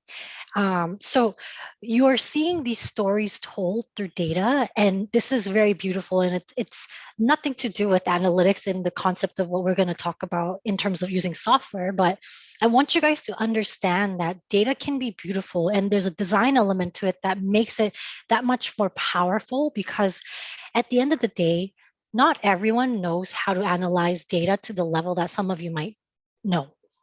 Not everyone's an analyst, not everyone is a data scientist, but data is so fundamental to everyday life today that you can't just expect everyone to understand data at the level you do, and you need to understand how to convey it in different ways. And visuals is exactly that. That is the way that we can communicate with everyone on a common playing field, instead of expecting everyone to be highly technical. Here's another one. This is the week of complaints, right? So again, color coded to indicate what they're complaining about. If you notice here, there's a black line. There's lines going this way, lines going that way. Lines going this way to the left indicate private complaints. Private meaning, private amongst your close friends, etc. This one on the right, outward complaints, is something that you're talking to everyone about. And on the very right here, complaints to me, which is just within myself talking through about things that you're unhappy about. So funny thing to note, husband is one. That's very common for a lot of us. There's also, not a lot of us, me mostly, I'm married. There's hunger, there's myself, etc. But you'll see all the different colors that she's complaining about. And as she's sending this postcard to her friend, she can really convey what kind of week she had. And that's the beauty of data. It doesn't have to be just charts that are typical and boring or just business. There's more to it than that. Emphasizing the art aspect, the Dear Data collection of postcards is actually a permanent collection at MoMA, which is a art museum in New York. So this is the general public recognizing that data is something important, but also it can be something that's beautiful, that is easy for anyone and everyone to understand. Even someone that's super young is 5 years old. It really doesn't have to be an exclusive skill. So as we think about data, elevate how you really think about analysis. What is the story within the data, and how do you best tell the story through visuals? This is something that the speakers continuously talked about today, right? And so for the talk track today, I'm going to talk about visual analytics as the questions. And then the second part is a consideration for improved design. So there's the whole kind of design aspect of putting the pieces together. And then the last piece is to, how do you practice your visual muscle? First and foremost, visual analytics. The questions are a big part of how you do analysis. And questions meaning, when you're analyzing data, it's not about, okay, I need to create a monthly report and I know we need to get the profit ratio, whatever. It's not about that. Actually, true analysis happens when you're looking at a data set and think, what are the business questions that we are seeking to solve? And so when you think about your competition as well, don't just look out for data thinking, oh, people probably want to see this and that, this and that. Think about what you want to analyze. What is your problem statement and what do you want to know about the data? If you don't intrinsically know what you're trying to solve, this whole competition will be a lot harder for you, because you'll be constantly thinking, okay, maybe I need to do this, maybe I need to do that. Like it's not about the maybes, it's about what do you want to know about the data set that you've chosen. What are you seeking to solve? And I think that will put a lot more purpose to what you're doing in terms of analysis. So going into the questions of things, this is an example that if you're familiar with Tableau, you have seen it a million times, but it's just so impactful to share this. So this is an article that was posted in the South China Morning Post quite a while ago now, and it's emphasizing Iraq's bloody toll, referencing the war in Iraq. And so you can see this chart is a upside down bar chart. It's colored in red. And so, you can visually tell that, yes, this is blood dripping down. This is really emphasizing that, there was a lot of folks that died through the war. It's terrible. And there's a certain emotion that's associated with the color choice and the design choice of this visual, right? So it's powerful. But what I'm trying to show you with this example is how the visual elements can impact the story you tell, and it can almost manipulate to some extent, and I'll show you why. So someone decided to flip the bar chart to be normalized, right? Normal bar charts go from 0 and the bottom to up, right? So they're normalizing the bar chart. Let's take that very, very extreme color away. And I'm not sure if you're starting to see this, but just in case, here's a different headline to kind of give you a perspective, right? Iraq, that's on decline. So if you think about the two visuals side by side, the data has not changed at all. Data is exactly the same, but the design has changed, which actually completely flips the story. So on the left side, we talked about how, Iraq's war has been super terrible for Iraq and a lot of people died. However, on the right side, you can actually tell a different story where deaths are on the decline, which means maybe good times are ahead. So this is to say the choice of color, the choice of charts that you use, they're not because I want to make my chart pretty. I want this color and that because I want to make it pretty. It's not about the pretty. It's actually about making purposeful decisions on what you're going to use in order to convey the story that you want to tell. And so I'll be warning you guys now, when I see the final vizzes and there's vizzes with a million colors, I'll already kind of write it off because it means that you never thought about color. It means that you never thought about design. You never thought about the story as well. So really be purposeful about using different design choices for the story that you're trying to tell. All right. So again, visual analytics is a representation and presentation of data that exploits our visual perception abilities in order to amplify cognition. Remember that.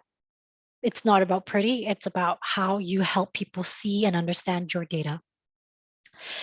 Just a quick note, Tableau actually has a research team that is very, very focused on this whole kind of visual element, and visual element in the sense of improving our software to ensure that there are these color choices, design choices that are recommended so that you're making the best choice possible. So remember that this is something that we are very much focused on to ensure that you are given the tool that allows you to have the recommendation to use the best practice as much as possible.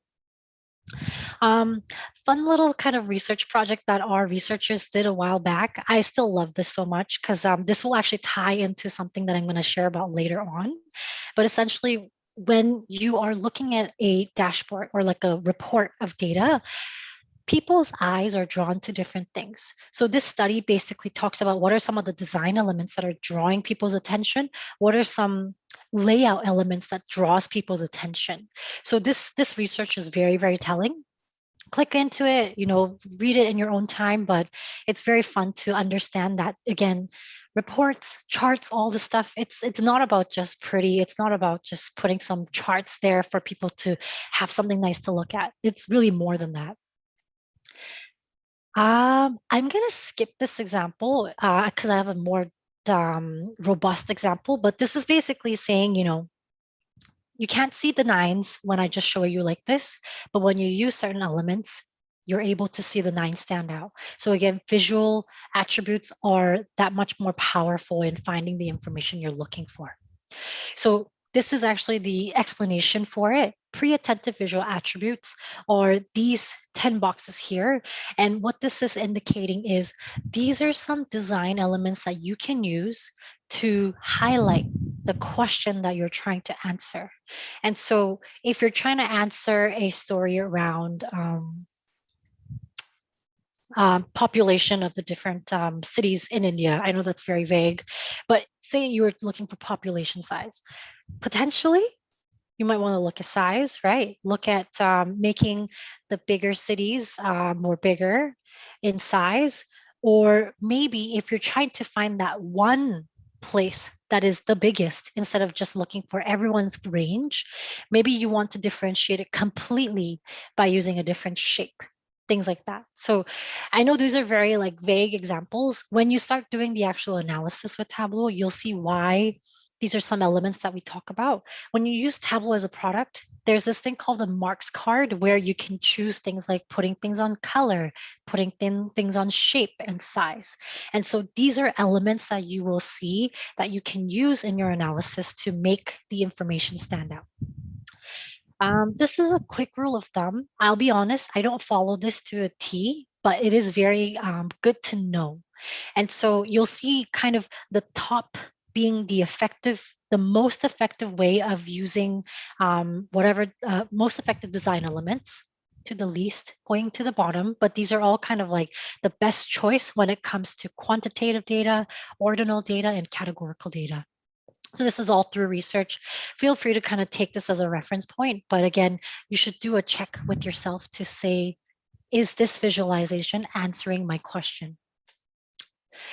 So I have this example that I do want to share with you guys. I know we're not in a classroom setting, so I can't talk and get your input on this, but what I typically would do in a real life setting would be, you have a lot of products on the left, you have a lot of regions on the top. If I were to ask you right now to tell me which region and which product has the lowest profit, the number is profits, which product and region would it be? And typically I will wait for you guys to answer that question, but I'm gonna have to go right ahead. What you'll notice is that some of you might have gotten it right if you're lucky. Some of you may have taken some time. As humans, what you're doing when I ask you that question is you're scanning every row to figure out, okay, on the first row, which one is the lowest? Okay, LATAM and Europe. Second row, which one's the lowest? Okay, that's not as low as this one. Next row, next row, next row. You're checking every single row. That's not very effective, right? And so we already know what the question is, but the way this is displayed is not effective to how we can find the answer to the question. And so let's look at it this way. When you see it visually, already my eyes are drawn to tables because everywhere else is blue. It's to the positive end of the axis. However, you'll see tables, everything is negative. And by the looks of the color, I think LATAM is taking that for the lowest profit. So it's a lot easier for us to see data. And I'll be honest, a lot of the work that I see in working professionals today, because they have this old school notion of, I just need to see the data as it's text. You'll see a lot of business people that are still using crosstabs, that are still using, tables of data. Honestly, if you're trying to get that one quick answer, tables of data is not effective. It's not pleasing anyone. So if you're going to go into a business meeting where you need to talk about that one key thing or a couple key things, make it more visual so that people can understand right away instead of having to scan every row. One concept that I always like to emphasize, whether it be customers or students or instructors, is when you're doing any kind of analysis, if you're getting stuck in this process of thinking, okay, what do you need? What do people need?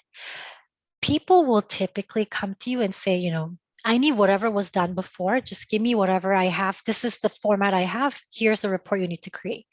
Then I will tell you, you will get stuck in this way of designing your dashboards. And I'm saying, if you were ever to be an intern at some organization, if you say that, what do you need? They'll probably tell you, just recreate this thing, which will get you by. Sure, I'm sure they'll be more than happy to have the same old copy of the report, but challenge them. And I mean, yes, if you're an intern, you can't really challenge in the sense of really challenging, but still kind of ask, what is the question that we're trying to solve with this analysis and why? What do we want to do with this information? If you have these more meaningful conversations about data, the analysis that you produce might look a little bit more like this, right? Where okay, the leadership want to know about the different cities in the US, so I need to plot it out on the map like this because it's just visually a lot easier. There's some key metrics at the top that we want to identify for our leadership to know, so then we'll be designing like that. So be comfortable to ask, what is the question at hand, and what do we want to do with this information? Because these elements really help you to shape and design your dashboard in a better way. All right. I'm gonna skip this example. Quick run through. This is not anything complex. It's really about 4 different data sets of X and Y's. And basically, all these 4 sets, if you were to just do the typical numerical analysis, the mean of X, the variance of X, mean of Y, variance of Y, all the same, which tells you all these 4 sets of data probably is the same. So if you're doing some kind of business analysis, you might think they're the same. So I'm going to think of these businesses as the exact same. And you might make the wrong decision, because if you were to plot out these 4 sets of data, you'll actually see something like this in a visual manner. So already you're seeing 3 and 4. They have a clear outlier. So if you're doing this proper analysis, you would probably exclude those guys because they make no sense, right? Or maybe there's an error in your data that you need to check. You wouldn't know this if you were just looking at the text of your data. And not even, if you think about real data, you're not working with 10 rows of data, right? You're working with hundreds, you're working with thousands. Can you imagine having to scroll through your data to find this anomaly? Like if you just put this on a visual, then you can just see it instantly, right? So this is not this is not a new concept, this visual analysis thing. This is actually quite old. It's just we haven't been able to figure out that this should really be done normally. So this is a concept called Anscombe's quartet. This is a mathematician from like the 70s. Again, not new. So let's get on this and make sure that we are analyzing visually. So with that, in terms of answering your questions in a visual manner, I have a few resources here I think that will be very helpful for you. So of course, through the bootcamp, you're going to learn exactly how to use Tableau to do these analysis, but note that these are some really good samples on Tableau Public, which is our kind of free platform where you'll see fun vizzes all over the place. This is an example of how to visualize certain types of data. So for example, when you're working with distribution, you can consider using a histogram, a box plot, et cetera, and you'll note that this this workbook has information on what is kind of the type of visualization that you're seeing, what is the benefit of using this kind of visualization for distribution data. This is spatial, right? Different types of ways to create geographic visual analysis. And so this is something that you can just readily find online. I will send this deck once again, so you can easily find it online and take this as a reference point as you do your analysis. Another example that is created by BBC, which is awesome. So BBC has like a whole data segment where they do data journalism, which is a pretty hot topic these days, or actually for a while, to be honest. And they talk about different chart types and what is the value of using certain chart types. So you'll see this kind of rating here, easy to read, easy to make, right? Bar charts, super easy. That's why they get all 5. And then you look at spark lines, something that kind of gets 5 for easy to read, but easy to make, maybe 2 out of 5. So again, this is another resource for you to take. Use these as reference points to learn as well on what are different ways that you can analyze your data. And again, emphasizing from this point on, it's a common mistake for you to think that charts are just a fancy way of showing numbers. You will not believe the number of times people tell me, oh yeah, Tableau makes pretty charts. We're not in the business of making pretty charts. It's just not what we're doing. We're actually trying to create an understanding that visuals are an amazing tool to understand data. All right. Going right into the story part of the visual analytics, this is actually talking about the dashboard or story when it comes to the function of Tableau. Again, during your bootcamp, you will be learning all this, so don't worry about not knowing what are the types of things within the Tableau environment. But going into the story aspect. So the previous section is just individual questions. How do you analyze time series? How do you analyze geographic data? But after you do all the analysis, there's the component of how do you tell these data stories. And so again, the data side is kind of your left brain, right? Where it's just, mathematical, factual, easy. I mean, easy for some of us that are more left brained. Stories is the right brain aspect, right? So this may be a new thing for some of you because maybe you were in, engineering your whole kind of academic career and you just never really thought about the art side of what you do. But this is something that you will have to start crafting, because being just technical is not enough in today's world. You actually need to be empathetic and understand that there are people that just don't understand numbers, and that's just how it is. So earlier, Mr. Giant talked about comics, and this is what I mean. I actually wanted to talk about comics today when we talk about designing stories. So these are two amazing books that actually talk more about comics than data analysis, to be honest. This is just purely about comics. But the reason why comics are so powerful in us understanding visual analytics is, for example, comics provide sequence. So when you think about how comics are built, they're the surface, right? The surface is kind of the visual, but within the visual, there's all these different like substance that it needs to be based on. So again, if you're just creating a pretty chart, yes, maybe it's nice to look at. It's got great colors, great design. That's nice. But if you cannot get to the crux of what is the question, what are you trying to solve, it will never have the impact. And to his point here, it'll be just a hollow, pretty viz that's got nothing going for it. There's more to this whole comic thing. They talk about the sequence and having context. And so when you talk about Tableau, there's the dashboard aspect where you basically, say, for example, you do a time series analysis, you put some bar charts and you got some map going on. So you put these three visualizations just on a dashboard and you expect people to understand. I would say if there's no context built, even if you put one header, they might be looking at this report and saying, so what? What's your story? What's the point? And so comics have a great way of helping you understand that in order for people to have an easier time to understand what you're trying to convey in terms of data stories, you need to build context. And so, for example, when I talk to customers, it's about, say you want to learn about customers in different parts of the world, right? There's going to be the overview question, overarching question, and then the detailed question. The detailed question in this case might be, who are these customers at the individual level, right? But then at the overarching question, it may be, which region has the most customers, right? So then there's all these different questions that are built, but you have to think about, okay, what is the question that's going to set the context, which is customers across a region, which one has the most? Then you want to put a map that's going to start to set the tone.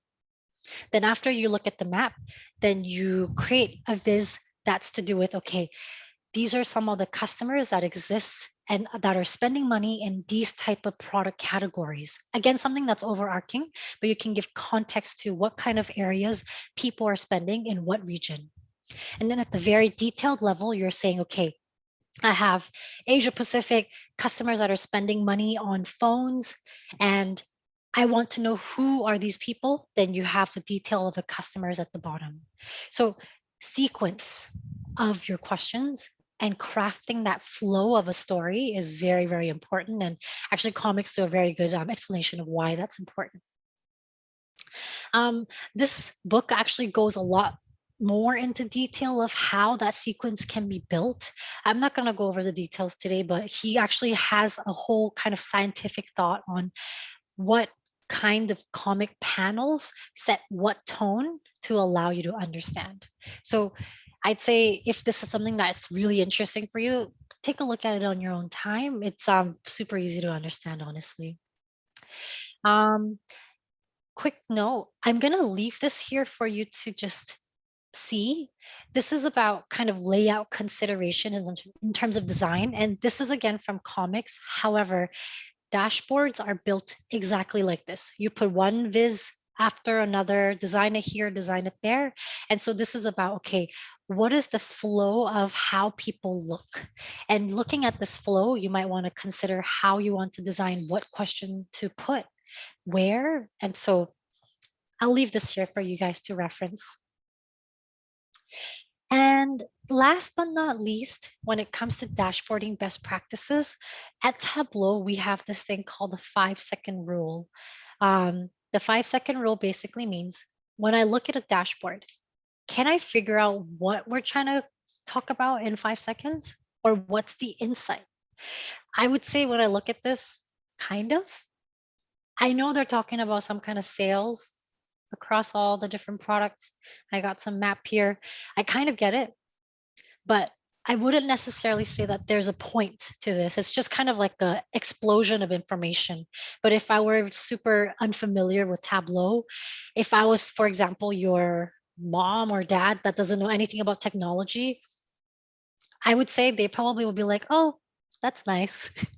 But really think about this, right? This 5-second rule isn't about us technical people understanding what this is about. It's about anyone just out on the street looking at something that you've created and whether they understand it or not. So this is kind of the couple pointers on what you should be thinking about when it comes to dashboard design. You know, most important view goes to the top left, provide interactivity to give some discoverability for the user.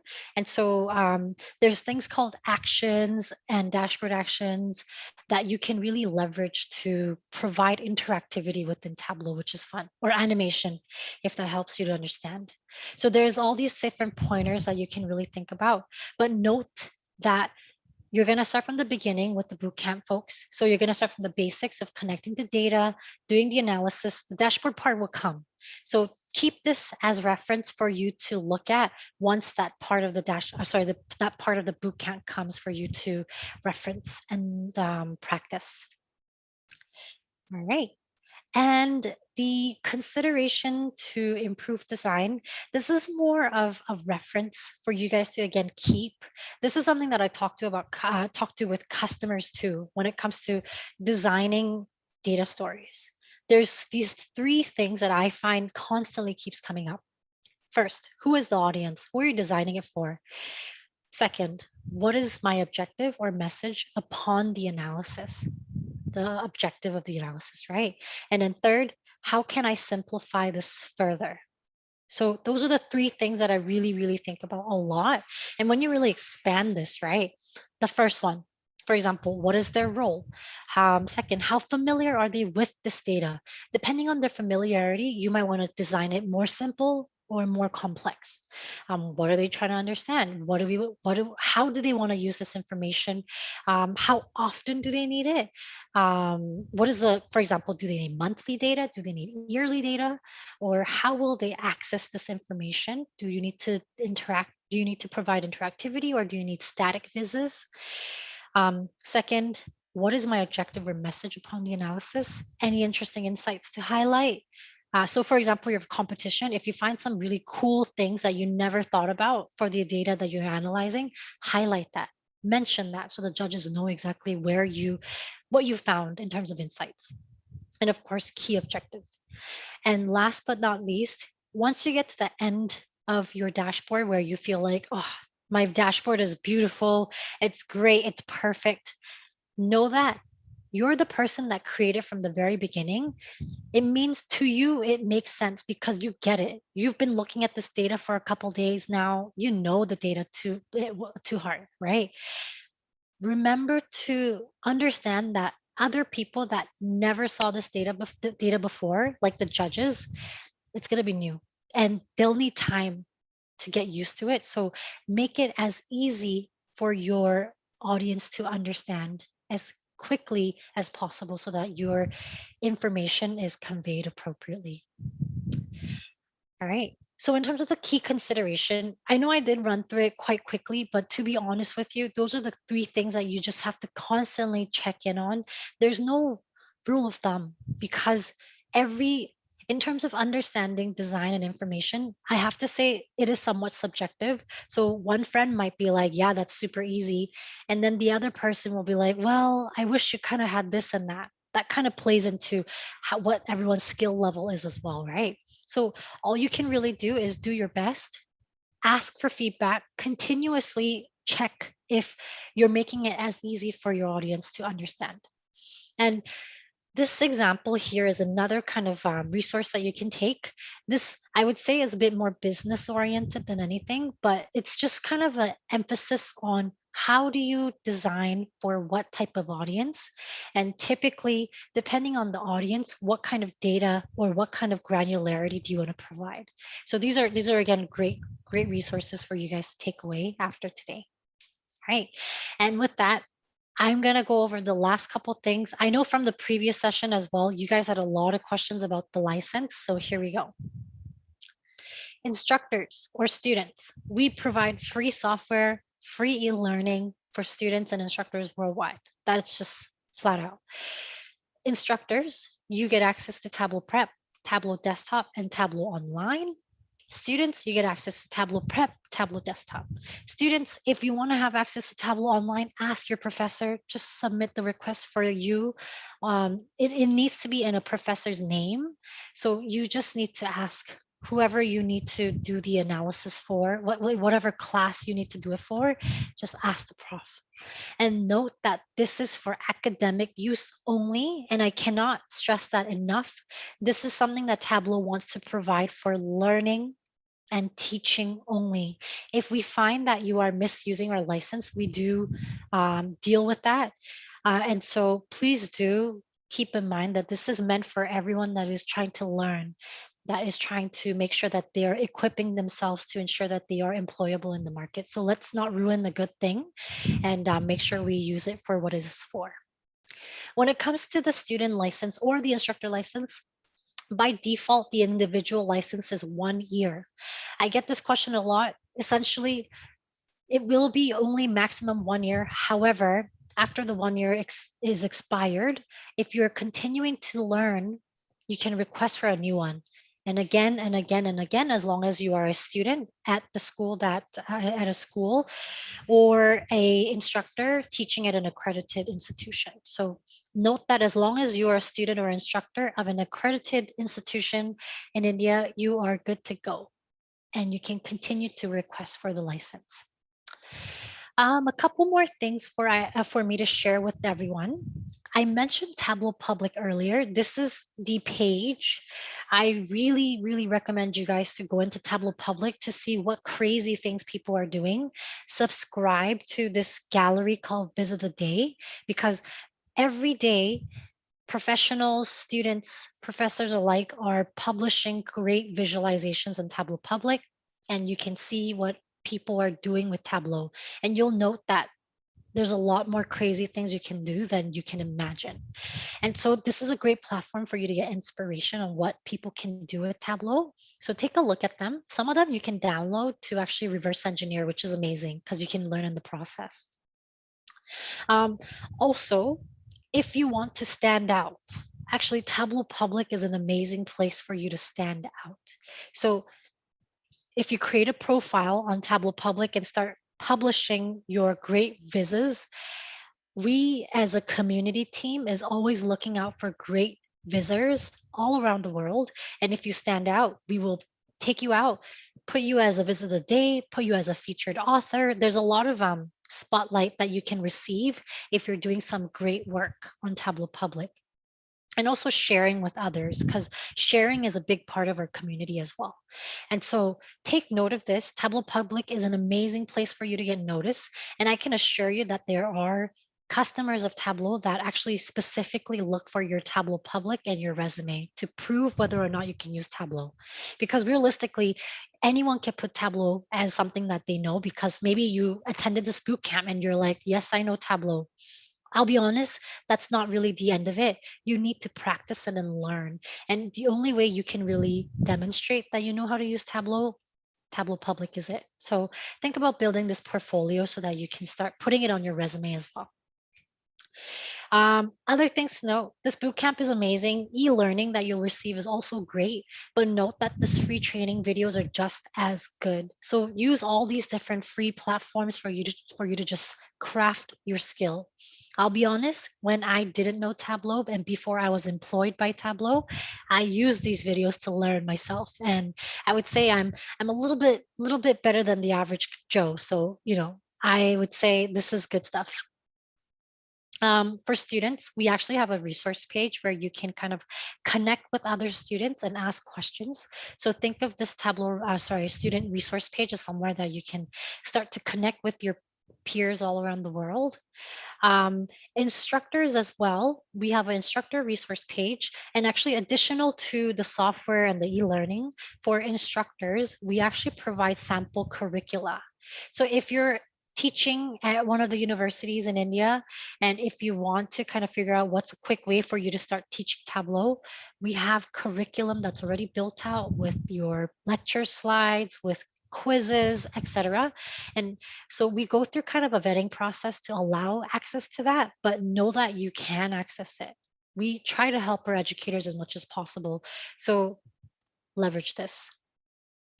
Another way, and actually this the best way for you to practice alongside Tableau Public, is there's a ton of projects that are actually not made by Tableau, but it's actually made by our user community. Our user community is amazing, actually, and I can't emphasize it enough. They do Tableau for fun. I assure you, Tableau for fun.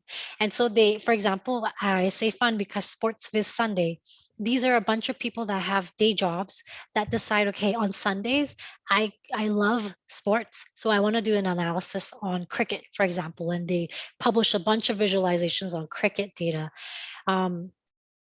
These are just passion projects for people that just happen to know Tableau, but want to just continue to hone their skill by getting involved in different ways.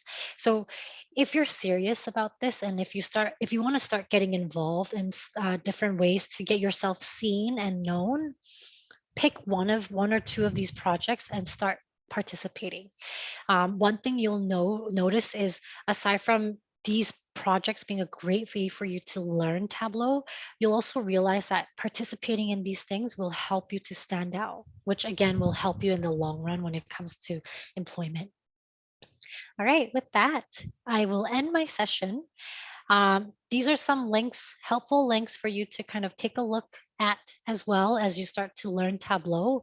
Again, I'm super thankful to be a part of this opportunity, and I really do hope that you guys have fun at the end of the day. My biggest takeaway really is data is not meant to be boring and for only the technical people. There's the design element to it that you can really have fun with. So I hope you guys take the time to have fun. And with that, I will end my session and I'll pass it over to the SmartBridge team. Thank you. Thank you so much, KJ. It's a great session. A request from the participants that they want the last slide of your presentation to be circulated in our Telegram group so that they can navigate to the links easily. If possible, try to post it in the Telegram group. Thank you. So I know it is like a kind of a wrap up for you, like it's a fast track delivery. But yeah, we will have a couple of more sessions maybe in the future upcoming days. So we have Yes. our speaker trainer for the day, Mr. Mohan.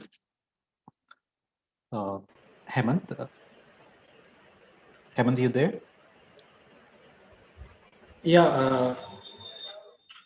Yes, Mohan sir already joined, and I think he's ready for the day. Yeah.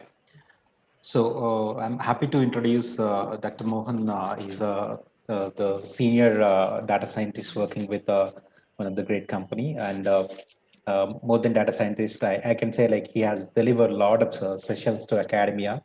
And personally, I can say like I also attended some of his sessions, and I love his way of putting in the kind of a delivery, especially when it comes to the complex subjects like AI, data science, and the machine learning. He makes everything simple and make it very easily digestible for the students and the educators. And he has done a lot of work into the data science domain. So I welcome Dr. Mohan to take up this particular session and give them the insights of industry and especially the data analytics and the business intelligence, how it is going to help them.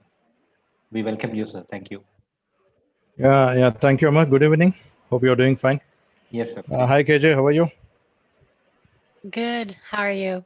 I'm fine. Great. Well, Team SmartBridge, esteemed member from Tableau community, and my dear participants for the evening. Very good evening, and once again, welcome to the closer session on this wonderful journey on DataViz challenge organized by the SmartBridge in association with Tableau community. Hope I'm audible to every one of you. Yeah, just share my screen. Here I go. Participants, can you see my presentation? Right. Fantastic. Yes, sir, we can Great. Yes. Yeah. So this is we go here on Tableau Data Visualization Challenge. I'm on live on my chat. You can, if anybody needs any assistance during the discussion, you can pose your query in the chat, or there's a dedicated Q&A session at the end of the discussion. Welcome to the Tableau DataViz Challenge 2021 Business Intelligence and Analytics is what I'm going to speak for the next 1 hour with you all. Well, the agenda for the evening session goes like this. I'll just start making you all understand typically the current business scenario globally around the world, make you all a glimpse at decision making, throw light on key industry challenges, how information gap can really address a lot of typical issues in many industry verticals. Then our attention would be more on understanding what is business intelligence. This is a familiar term to many of you in the community in the panel today. How did BI evolve over a period of time? What is the process of BI? What are typically the tools used by industries conducting business intelligence? Then we will discuss the most on-demand happening methodology or the paradigm business analytics. We'll have a quick overview of what BA or business analytics is and what type of business analytics actually prevail. Then I'll just take my privilege to speak on the most happening area on data visualization. Tremendous insights were shared by KJ already on the tool Tableau, the king of leader in data visualization, about the best practices that a data practitioner, data enthusiast, or a data researcher must really know in advance as a prerequisite about best practices. And my session ends then finally with Q&A. Welcome everyone to the wonderful journey on database challenges. Now, if you see participants like globally, there is a lot of data explosion taking place around the world in industry. What does data explosion actually refer to? With data being one of the vital assets for many of the organizations and becoming the future driving forces, primarily there are two sources of data. One is the internal sources of the data, which usually constituted from the employees, business processes, business routines, while the external sources also attribute to a lot of data generation. That's why a recent survey revealed around 90% of the world's data, the industry segments and the ecosystems have witnessed in the last 4 years, 4 to 5 years. You can see the graph pattern here, which I'm talking about. So why I'm starting with the data? What is to be done with the data inside the organization? Does it add any value to the business processes? Can organizations really leverage from the data? My answer is yes. Within a decade of years, from 2010 to the last 20, you can see the growth of data 50x, that is 50 times the volume. But how does it rise? Why is this intensified? With traditional legacy business routines adding more and more data to the existing repositories, warehouses, and database systems on top of it today. The driving forces of technology, the internet, social media, and the emerging technologies like IoT, all these do a handshake and result in multitude of volumes of data generation. But an organization is said to be more successful, sustainable, and can have its impact and a competitive advantage if and only if it tries to utilize and leverage from the data that it possesses. But what practices, what methodical tools, what frameworks have to be understood, learned, and implemented in order to gain benefit out of the data, we're going to discuss in this session. While what is the relationship with data in a business environment? Typically, most businesses focus their attention on strategy formulation via effective and efficient decision making. But why decision making is gaining so prominence? Because decision making is that critical area of any business that would result in the rise or fall. Why decision making is considered as the most important area. Typically, decision making involves a lot of activities that have to be addressed, which makes a complex, sophisticated, or more difficult sometimes. Why the decision making process became complex? It is due to the rapid changes in the ecosystems of the business that are taking place. Today, with a lot of stiff competition in the marketplace among many businesses, those organizations that try to adopt, learn, and know how about what are the existing technologies in place, how to integrate them and build a congruence between business process and the suitable technology are only the ones that are going to stay ahead. Apart from this, one of the key challenges for any business is the ongoing demands or the varying demands from the market customer. In such a case, how to strike a balance between the IT practices and the business routines, how to make them coexist in order to gain an advantage.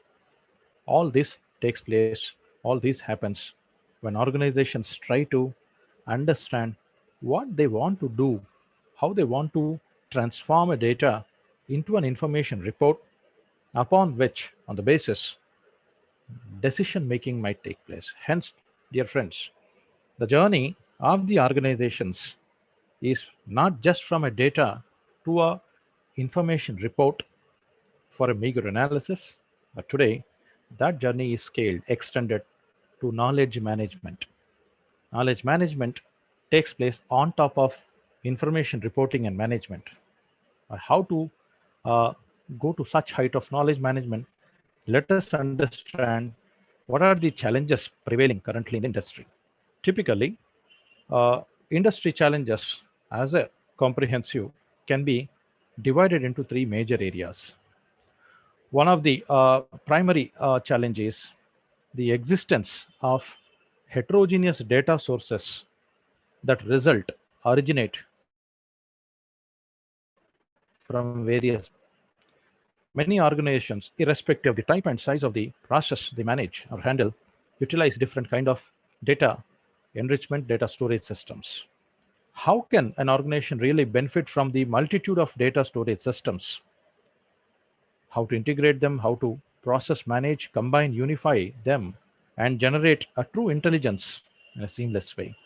So organizations must develop a mechanism in order to extract, unify, and then combine the intelligence from heterogeneous data ecosystems. Then, in order to succeed really from the data practices, the second major challenge that many businesses really encounter is how to make data ready. We have abundant volumes of data generated by different sources. How is that data can be readily transformed into an understandable, readable, and manageable report? Well, that transformed processed information report is sufficient enough for the future, for the managers, for the executives, and the operational staff in an organization to think ahead, like forecast or predict, or understand the current and past scenarios exactly.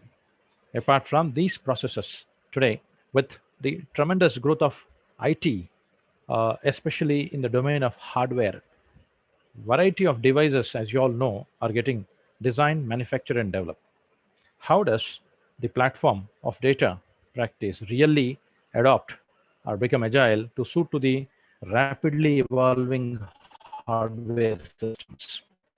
When it matters to functionality and performance of the ecosystem, believe me, the underlying hardware ecosystem does play a vital role. Thus, is there a unified data analysis platform? Organizations are seriously looking to develop and implement this.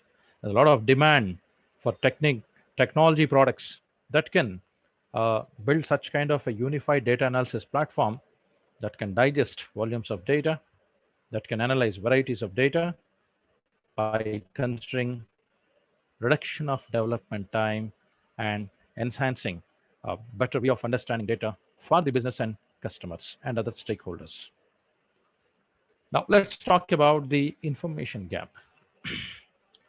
Undoubtedly, many organizations generate a lot of volumes of data. How do they really utilize those volumes and varieties? Typical data sources include the conventional legacy flat files, the phenomenal databases, and the much advanced and scalable data architectures like the big data ecosystems or the virtualization methodologies using a cloud service. Well, the growth of technology is unquestionable. How do businesses really utilize the operational IT successfully? Firms today focus on scalable database systems that can increase in their sheer size in order to accommodate the growing volumes of data. Thus, the science of data warehousing emerged in the early 90s. But usually, if you observe from industry point of view, many business analysts are engaged in gathering and formatting data rather than performing analysis on it. So, is there a system that is ready to use, which is inbuilt on top of our storage systems that can pull the data in required formats from multitude of sources and put together and give it a nice view, which is easy to comprehend and which easy to read and understand? Thus arises the phenomenal business intelligence. The objective of business intelligence is to reduce the information gap. How can the organizations transform the growing data into quick informational reports and knowledge and synthesize, digest the knowledge and generate actionable insights from it? BI takes the prime responsibility of executing this. Now, let's talk about more about the data culture. What is this data culture? We all know, be it an industry, be it an academic institute or a research and development organization, anywhere, everywhere, or a small business entrepreneur, every one of us in every organization are now working with a typical software. It can be any software, but question here is, what is the use of that operational IT software? Is it just for converting the data into information report, or does it take us one step ahead and give us the real analytical insight which really empowers the business user, the practitioner or the believer of the data to uh, go for effective decision making? So study reveals that 25% of the workers less still have access to analytical insights, while the remaining 75% are yet to get matured more. Now, my question to you audience is, what if you could empower everyone in an organization with analytics? Well, analytics empowered by data-driven practices allows the organizational hierarchy to make decisions effectively. So yes, my answer to this question is yes. How does that happen? If you categorize the users in an environment of a business, like there are specialized users that operate with operational IT, there are sophisticated users who actually take the responsibility of analyzing the data practices and transform them in a meaningful, understandable format and convey it to the end user. And there is everybody else in the organization, like a normal layman, who wants to more understand how the business is progressing. So to build an ecosystem of business intelligence, one must start with having an end-to-end view. What does this end-to-end view actually mean? Data, as I said already, comes from multiple sources. When I say sources, this includes a span of file systems to database systems to the warehouses. How can you unify them? Because the file formats of the data, the properties of the data that reside vary in each environment. Thus, typical challenge for any organization aspiring to transform into intelligent, smart, and operational excellent must address the issue of handling multiple data sources. At this point comes into light system integration. System integration speaks about the coexistence of the varied data sources and how to actually connect them, how to make some kind of congruence into this. The challenges here for the warehouse engineering team typically includes understanding the formats, the existence of the data in terms of locations, on-premise or a cloud, and the meaning that the heterogeneous data must give to the user once it is homogenized. While business data more or less might follow a structure most of times, but nowadays such structured data is now turned into unstructured and semi-structured. There are certain reasons why this transition actually happened, because the way in which data gets generated from a typical numerical format to a text to an audio video, all these attribute to how the data structure or the representation formats of data, how they are going to be extremely challenging. Now, in such an ambiguous, uncertain world of the data culture, which is one of the most happening thing in the environment, creates a certain silos. An employee might typically might not know to a great extent how to build a solid information report, and might also need time to discover and identify right kind of technology tools, and still after great effort might end up in creating an inconsistent report. Thus, my appeal, my advice to most practitioners of data, data researchers, data users is identify, start your experience with understanding the what data you're looking at, how do you perceive it, what you want to do with the data in the future, what want to extract the insights from the data. As KJ rightly pointed, have a right kind of objectives set before your research project. Align your practices to meet those objectives. Ensure in the journey you revise accordingly, and at the end of the journey you have what you want. So this is the typical roadmap what organizations actually look into to build the business intelligence systems. Now let's talk about what is this BI all about. With the journey that I described, I can state it as it's the art and science of collecting and processing data. While collecting and processing data, many organizations have their own methodologies and frameworks. A typical challenge is how do you leverage on the collected and stored data? Is it an information report? Never. With a lot of rigorous analysis through statistical techniques, mathematical modeling, and the applications of computer algorithms today, organizations transform the data into meaningful, much more useful ways through the dynamic dashboards and the stunning visualizations. All these plethora of tools make organizations people power to make better decisions in their day-to-day routine.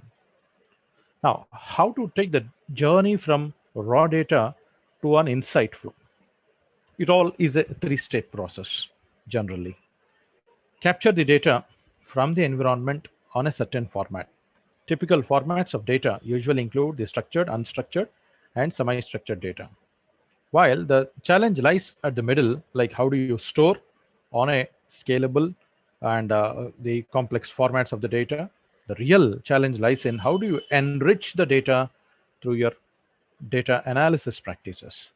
The final step of the insight generation starts with visualization of the data, deriving insights, trends, and patterns which are usually hidden in the volumes of the data pattern.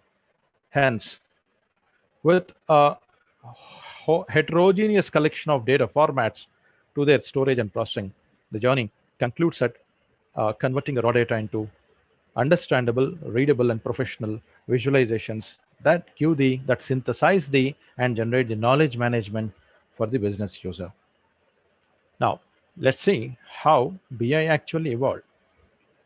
With near 2 to 3 decades of our discovery from the industry, it all started with the transformation of the client server systems to the today's virtualization, cloud storage, and processing formats.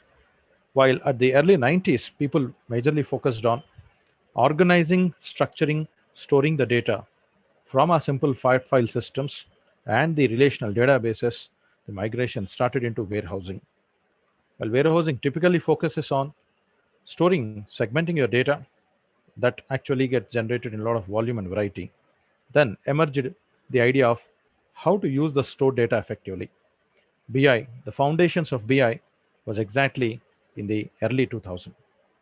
Now, BI practices essentially focuses on transforming the collected and stored data into information reports. So it is nothing but understanding your past data at your organization to understand or focus on what is currently happening in the scenario. But speaking about the performance management, like how can the currently produced information report can allow a user think, make them think ahead of the future, like the forecasting, what I'm talking about, the performance management. This has led to the discovery of new modern business intelligence on top of the old BI, technically to drive the business processes smartly. The birth of analytics emerged in the early 2010, and now is the order of the day for all organizations to transform themselves into the data culture. Now you can see on one side, you have the vendor, the manufacturer of the technology product that empowers the organizations to integrate these products into their data practices. The number of users adopting, transforming themselves into these practices is also increasing. Now, let's typically look at the architecture of business intelligence. While this is a common know-how of the technical process, on the left side, dear participants, you can see a collection of heterogeneous data sources, right from a simple file system to a centralized ERP, enterprise resource planning, to a specific customer relationship management database system or an operational system. Now, an organization, while maintaining all these multitude of the operational IT sources, if it wants to build a common, comprehensive, holistic data repository, it has to put forward all the incoming data volumes and put forward them to a technical process called data cleansing. Data cleansing refers to preparing the data for suitable for analysis and future modeling. So the data warehouse is a rich collection of a multitude of data formats in their raw nature, which have been thoroughly cleansed and built. Now, the heap and collection of the data in the warehouse, how can an organization benefit from it? You can generate a simple information report from the warehouse by breaking down into smaller data marts, or you can add analytical tools and techniques onto the warehouse. I mean, on top of BI participants, you can add another layer, typically called the business analytics, and the varied analytics that can be conducted on warehouse. Or you can also do the scientific process of extracting the knowledge discovery using data mining. All this science sits on the top of the warehouse. So warehouse becomes the prime source of data collection on which all these future technology practices can be leveraged. Now, if you might be interested to know, how can an organization really use a business intelligence? Typically, business intelligence finds its appeal in three major areas, like maintaining, optimizing, and streamlining the ongoing operations. That's why I use the word current operations. Every organization's day-to-day goal is to understand the ongoing process, which includes a relation to the look back, I mean the past checks and balances, also business processes and the data related to, and how to make the present a better approach. How can the outcome of the present might be dependent or directly indirectly related to the past is what the typical nature of BI investigation is concerned. So that's why I say BI is majorly focusing on increasing organizational productivity. The outcomes of the industries in terms of profit, in terms of production capacities, or any other business KPI can certainly be improved by adopting BI. Noticeably today, the old BI practices are now merging or transforming towards much advanced, matured, modern BI practices, which includes not only just information reporting and data analysis capabilities, but look far ahead on what is going to happen in the future. This is what all the foundation for business analytics was started with. Now, you might be interested to know about a bit theory and a lot conventional topics that I'm speaking. How to do BI actually? BI, it all starts from a basic data visualization practices at the highest level. If you go depth inside the least level or the intermediate level, it all starts with building a data warehouse and the counterparts of it, data marts. Conduct the scientific process of knowledge discovery through data mining, generate professional knowledge reports, and make the business intelligence truly scalable with online transaction processing and online analytical processing systems. Now, have a quick look at the architectural implementation of the BI industry. While there may be usually a database system or a flat file system that most organizations usually would write, and the end user application that try to interact with these data repositories it may be a web engine in the front or any kind of application system. How do these kind of interfaces interacting like a client server in the front and back end, how do typical levels of organizational hierarchy starting from the executive level to an intermediate tactical or management level or even the operational level, how do these different layers of organizational hierarchy really benefit from implementations of BI? BI is not yet another technology like an IT just for a mere automation, but it is more for a knowledge discovery. So it all starts with the intermediate layer. So the primary layer is the data source layer with all collection of data sources, migrating to the staging layer, like how do you position your multitude of data with different formats, integrating, unifying them into a common data warehouse. So this is the first part, from data sources to the staging to the foundation. Then now from the data warehouse, again, depending on the requirements, need analysis of various functional units within an organization, departments usually try to expect to have a micro level data view with data marts, which are actually the broken down counterparts of the data warehouse. Now, using the scientific computing process called data mining and equipped with statistical analysis and other mathematical modeling techniques, today a plethora of BI tools in the market allow the business users to gain a lot of information in a format that is easy to read, understand, and present. So the presentation layer basically focuses on transforming the raw volumes and varieties and the uncertain data formats into easy to read, understand, and manageable information reports. Now let's dig deeper what each layer is doing about in quick time. Data source layer, as I commented, it is a collection of rich data storage systems, right from a basic text files to an online transaction processing systems. While the transaction processing systems are the first and major information system that many businesses actually started automation with, scaling to the databases and the much advanced file format systems like spreadsheets, Excel files, one of the typical file systems being followed by multiple organizations. Common examples in practice of data sources include a simple point of sale system at a retail outlet, or a typical web engine online, or a conventional database system. All these fit under the category of data source layer. Then what happens in a staging layer? This is one of the most important step in every analytical project.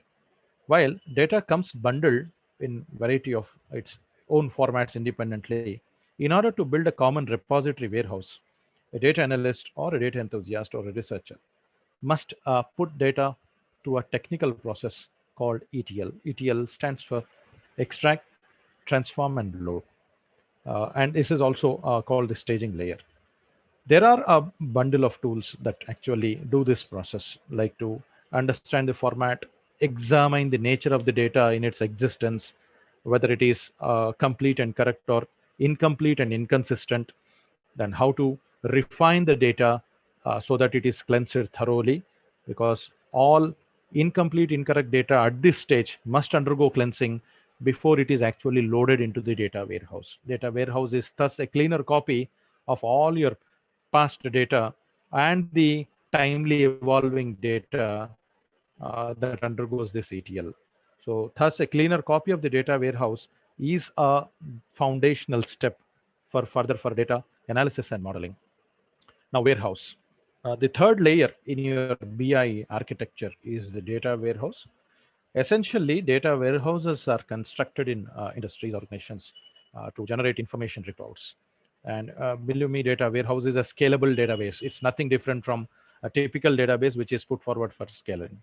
While database systems appeal for an organization or a functional unit, a warehouse applies to an enterprise depending on the size.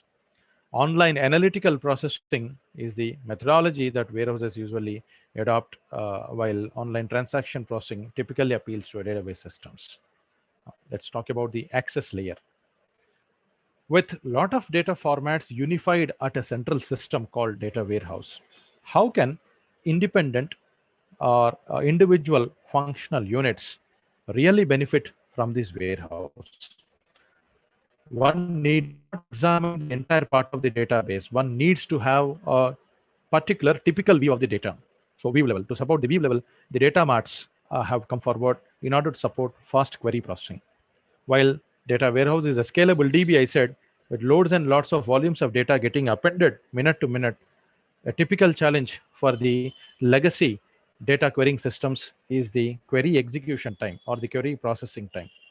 Those systems, IT operational systems that consume majority of query processing time might end up in useless systems in the future. Thus, the idea here is to enhance the scalability of the data by time, but still reduce the query processing, like star schema that allows multiple queries to be running on a warehouse at a time.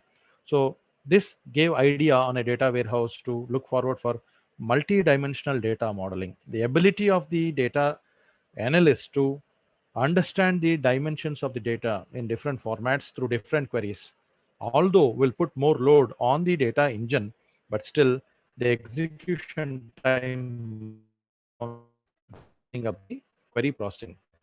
Now, data mining most of the times is concerned with how to work with structured data. Believe me, participants, most of the world data in RDBMS, as you all know, appeals in a structured format. But today, the data formats that we look at or we need to work around have overtaken this kind of structural format and thus evolving in semi-structured, like your XML formats or the JSON, or a complete unstructured format like a typical graphical visualization or an audio, video, or some other formats. Now, the real challenge is how do technology products, how do the uh, intelligent BI tool really converts all these and will look ahead how to present the transformed data or the multi collection of the data into a layer or in a way that really appeals or at some touch points to the organizational hierarchy. How a top level management must understand the data, how a middle line manager must understand the data and the results from it, how an operational staff member must understand the data. Typically, at each level of the organizational hierarchy, the BI tools present a plethora of opportunities in transforming the data, like a simple dashboard report or an alert or a kind of a story description or a basic visualization all matter a great in describing the knowledge management. Let's take a quick look at how a typical dashboard looks. Like a Fitbit is a small device that we all use every day, wearing on. It's a wearable, what we call wearable sensor device, capturing minute-to-minute micro level details of a human body, like the number of steps, the miles you have traveled, the calories that you have burned, the hours you have slept. All these micro level data parameters captured by the Fitbit can still be modeled, converted into a ready to understand dashboard. Now, talking about analytics, while you recollect from one of my slides, while the journey of operational IT and its excellence over a period of time started with business intelligence and is now on currently at the position of business analytics. Now, what is business analytics actually want to do for? While BI and BA altogether have more or less a similar objective, BA adds a bit more kind of a leverage on top of BI. Technically defining, BI is concerned with interpretation of data to derive some meaningful patterns or business insights, which firms usually use to make data driven decisions, what we call informed decisions for any business. How does BA process actually can be started with? It all starts with fitting on the analytical methodologies on top of your database scheme. It can be a simple DB or a typical complex data warehouse. Understand the end user requirements in environment, what actually has to be extracted and analyzed. Then identify the current structure of the database scheme and the query costing nature. Also, collect and identify the volume of data sources that have to be put forward integration in the process. As done by BI, do follow the ETL process of data cleansing, establish a data pipeline to make data extract correctly in a format that is cleaner, complete, and consistent. On such clean, consistent data formats, focus the attention on creating reports and thus synthesizing or analyzing those processed data reports for future decision making.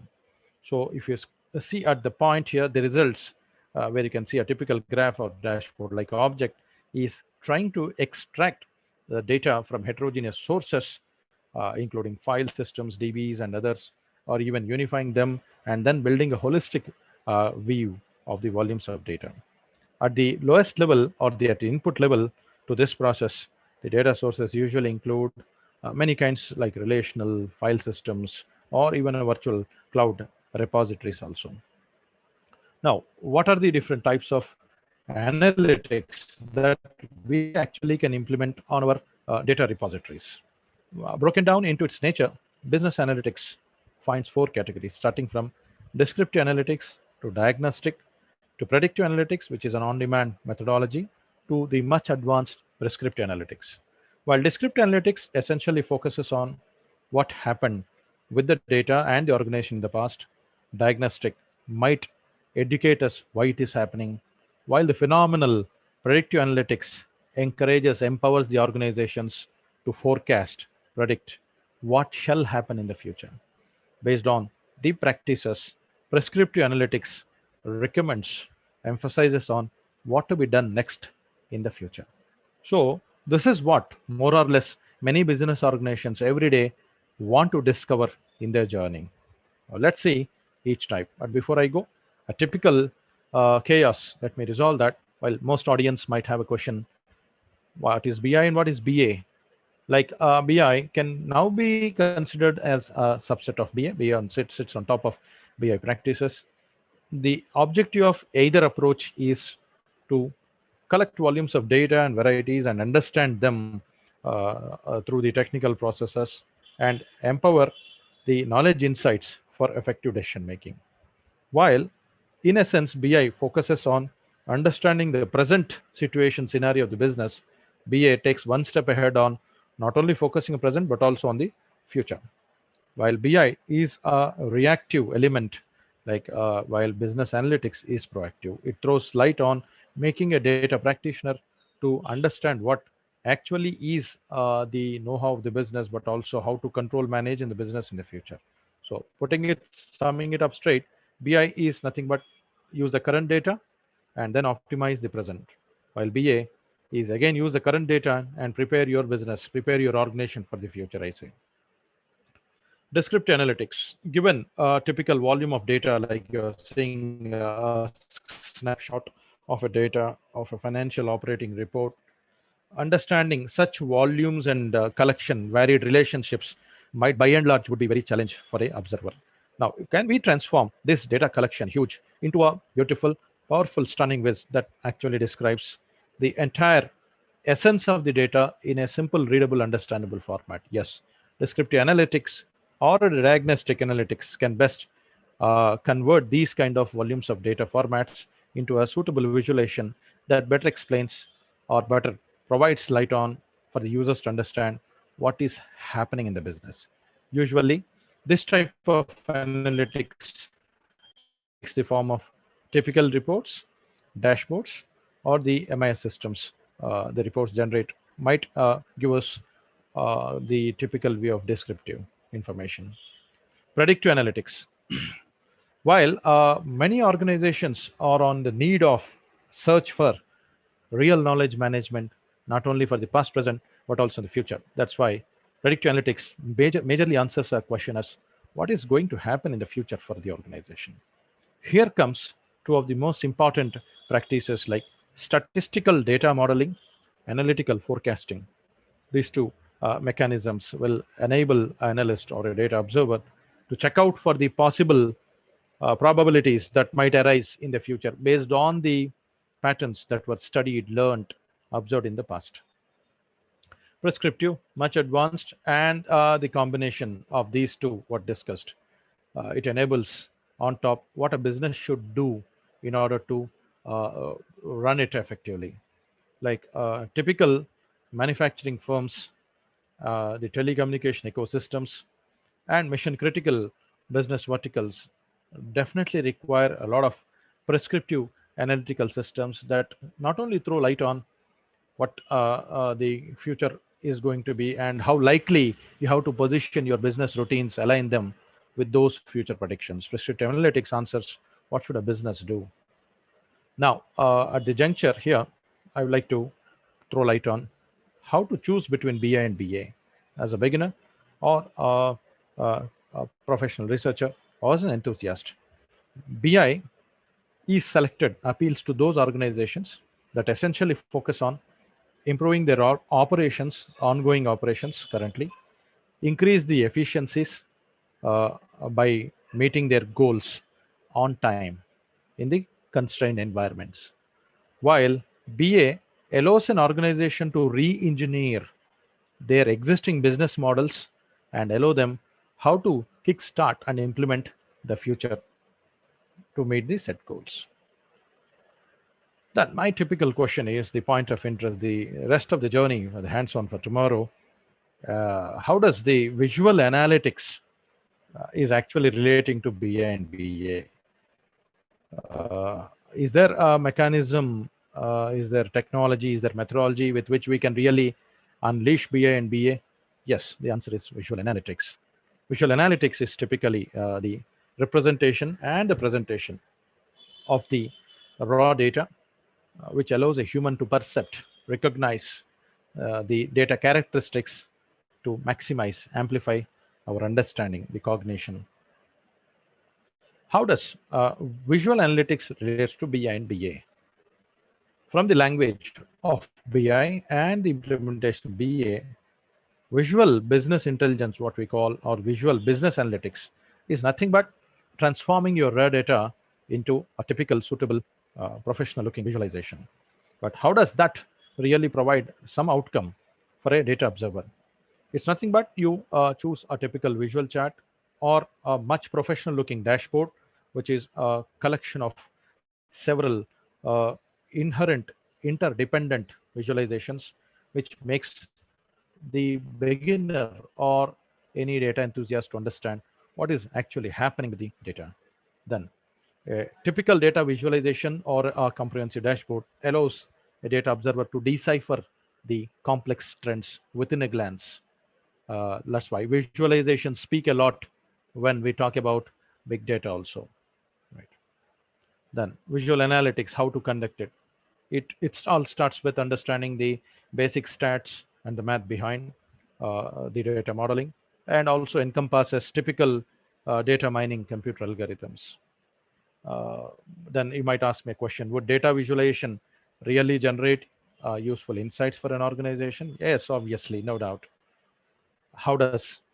My answer is visualization allows us to a human to percept the context of the data and ignite the conscious cognition in order to understand the outcome.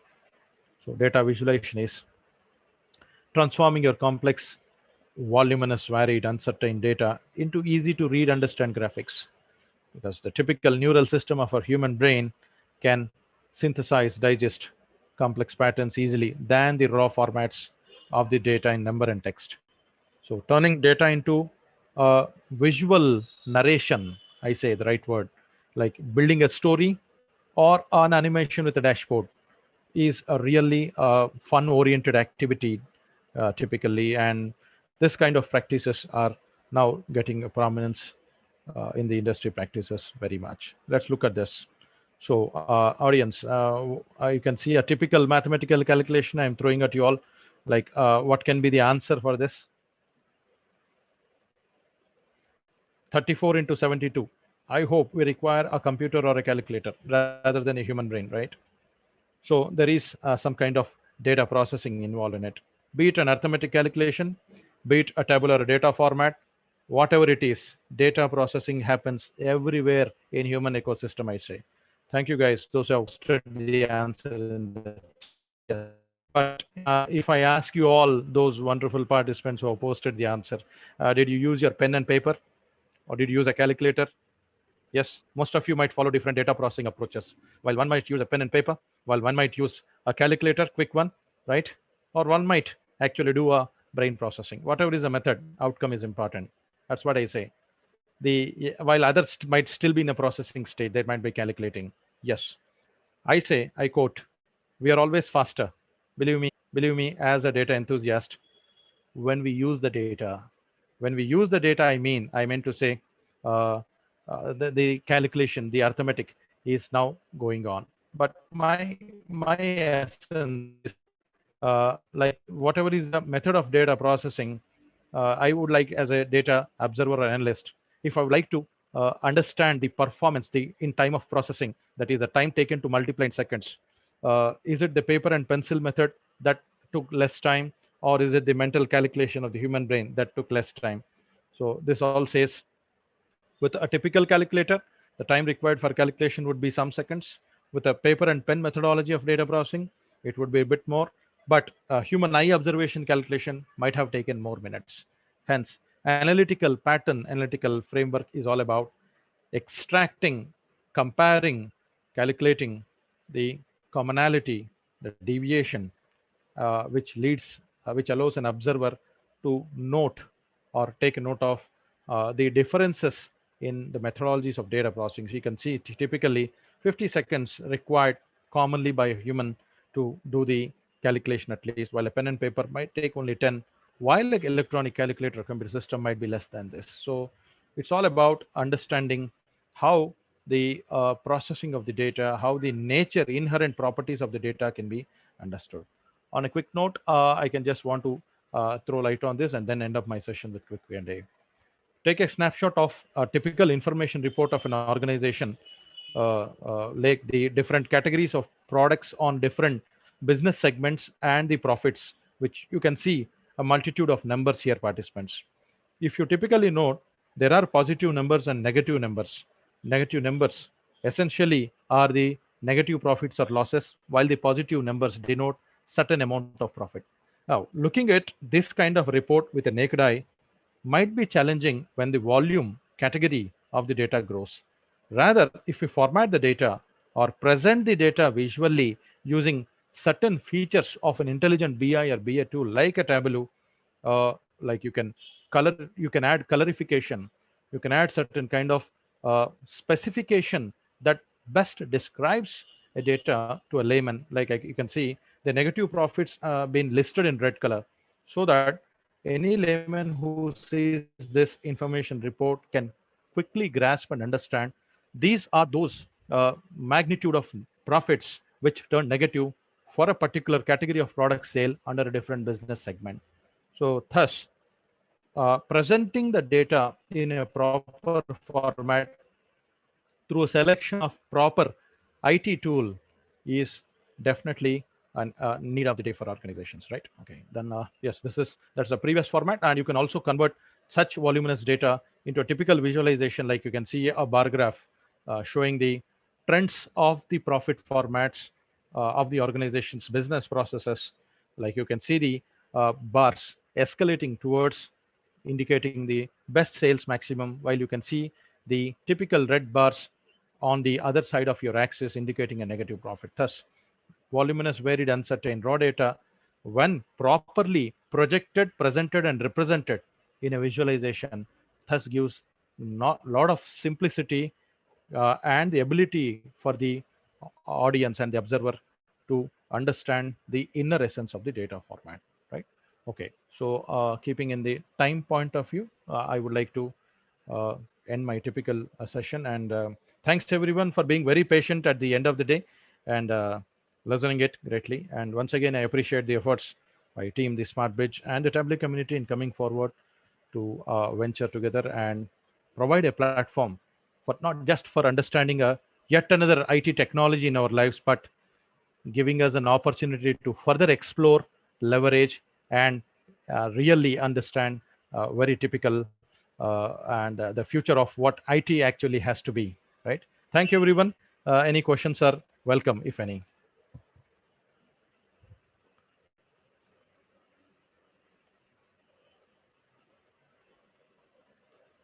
Jai or Hemant, if you're there, you can allow our participants, if they have any typical questions, you can raise your questions, you can ask me, or you can put it in the chat.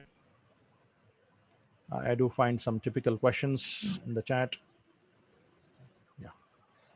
Yes, sir. Thanks for your time, sir. Yeah.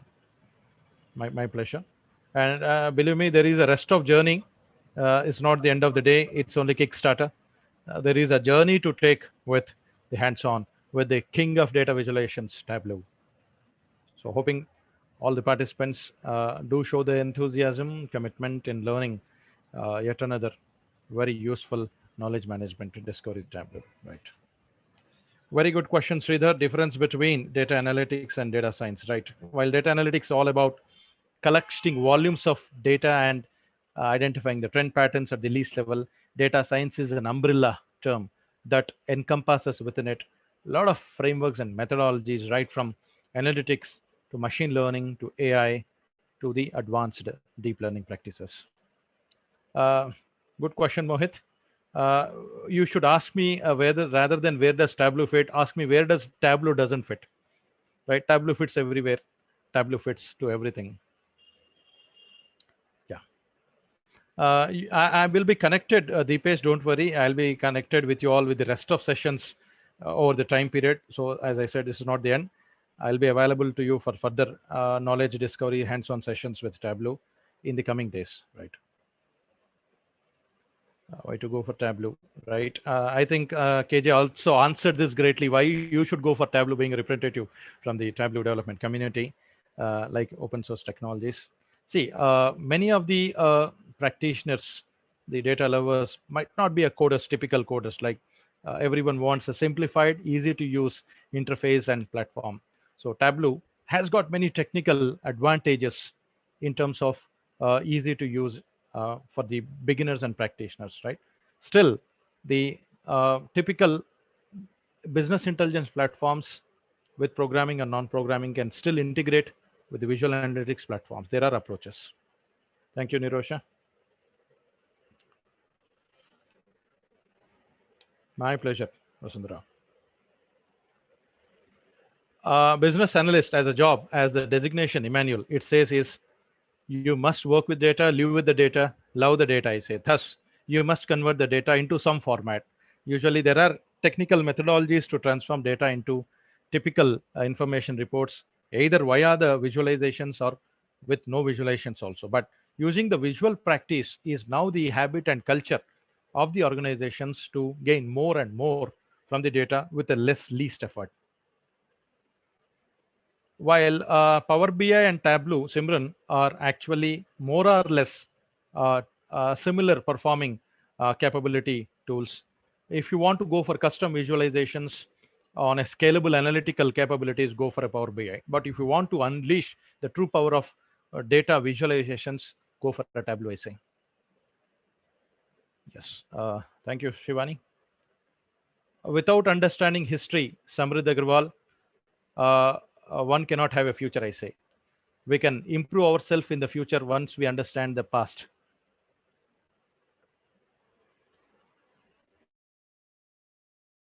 Very good, Bhargava. Yet an opportunity. That's what I said. The objective by SmartBridge and team Tableau is not just to throw light on yet another tool. It is about encouraging, empowering, building awareness about what is going to the future of the industry, especially in the area of analytics and data sciences. So you can explore a lot in it, learning, earning, and returning back, whether it is a career or whether it's kind of a goal, whatever you want. Devrat, good question. And see, there is no level of experience or expertise at any stage. There is no benchmark that one can actually fix to go to the height of expertise, right? So it all starts with at some basic point in understanding any technology, be it Tableau or Power BI or ClickSense or any other technology. Like, how do you find its appeal? How do you fit? How do you align your process outcome, whether an IT, operational IT, or a managerial IT, how does it apply? One has to first understand the basic. Yeah, many data mining algorithms computing are available, Nikhil, right from regression to the classification techniques and clustering. Yes. Mahesh, is Tableau alone enough? You're asking. I say it is an opportunity for yet another learning to explore something new. But I cannot say that only an X ingredient will make you something what you're expecting. It can make you, but to become a more scalable, successful professional, you can also plunge and leap into many other possible. So our effort is not to throw light on only the technology practice or a product, but to bring essence of what this product can actually present for you. There are abundant opportunities in the career opportunities. When you're a data analyst or a business analyst, you can also kickstart with Tableau also. Yeah, no coding knowledge needed, Sanidhya. It's all straightforward. It is all common sense. From common sense with analytical sense, equipped with Tableau, you are a master, I say. Right. Okay. There is no science, there is no commerce, arts. It's for everybody. If you're a data enthusiast, Tableau will make you a data magician, believe me, at the end. Okay, then, yeah. So I think, Amar, we have a list of questions. I request audience and the organizing teams to collect all these, and we can also address them personally on email with their FAQs, right? Okay, then thank you all. Thank you everyone for the opportunity. Hope to meet you soon in the hands-on sessions at quick time. Thank you. Back to you, Team SmartBridge. Thank you, sir. Thank you for your time and such a wonderful, informative session. Yeah. So participants, we are sharing a feedback link with you. Please do fill the feedback. Coming to the attendance, we'll consider the attendance by getting a report from a Zoom, as well as this feedback will be considered. And before leaving, just for your information, we have allowed all the participants who have registered for the event today to attend the sessions. But from tomorrow, I request the participants to please download your Tableau software and activate the keys provided by us, as the sessions from tomorrow will be completely hands-on. We'll be using Tableau software. So I request all the participants to download your Tableau software and activate the license provided by us.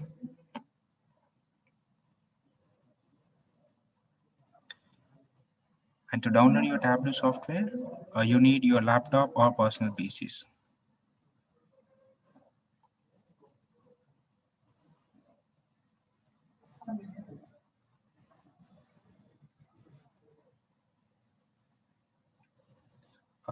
Just a second, let me check out the feedback form once.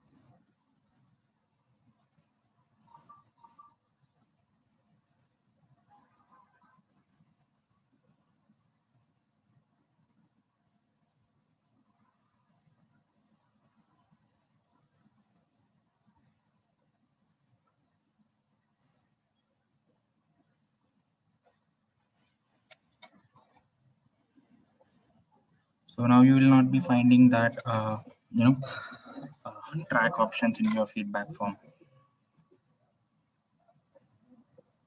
No, that was a. Yep, I'm giving a feedback form link again.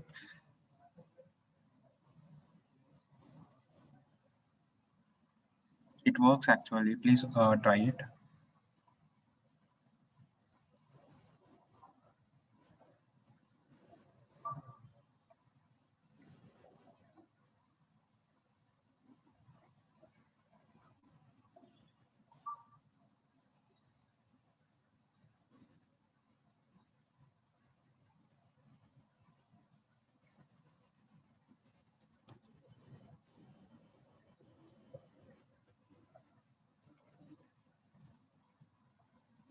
We have shared the feedback form in the YouTube as well.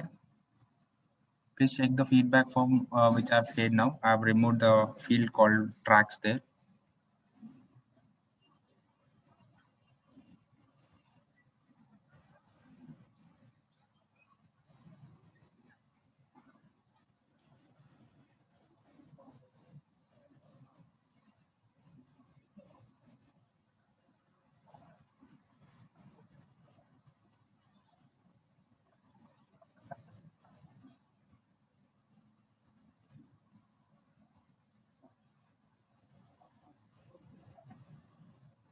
Yes, yes, Himanshu, we do take the attendance from your YouTube as well.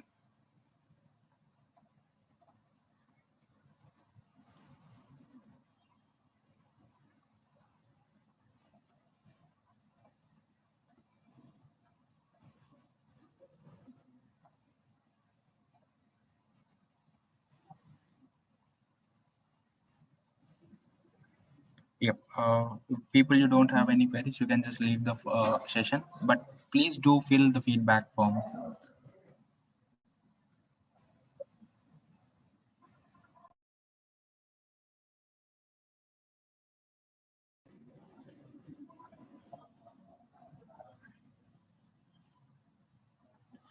No, it will not make any issue if you have filled it earlier before changing it. Tracks, I have removed the tracks field now. You can find it now. You'll not be finding any track field now in the feedback form. Yep, sure, not an issue.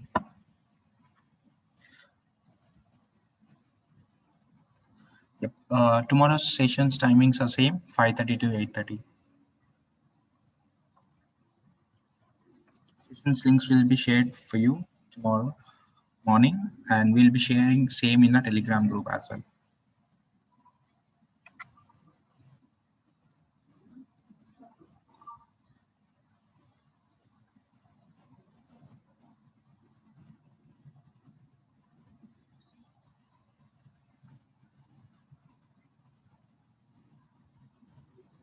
No, if you have given your response once, then that's fine. You don't need to fill it again. I'll sort it out.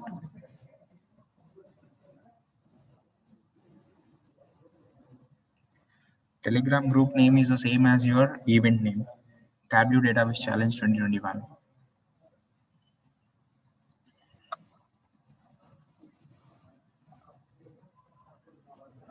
Yep. I guess you don't have any queries. Can I just end the session?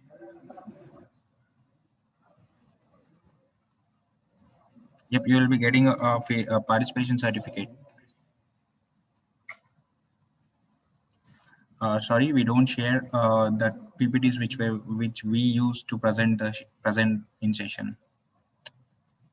Our timings are strict. Our timings will be 5:30 to 8:30. There will be no change in the time.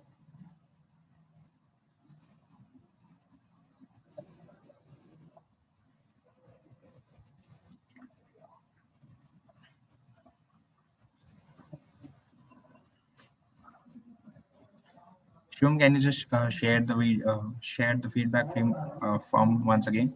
Sorry, the Telegram group link once again.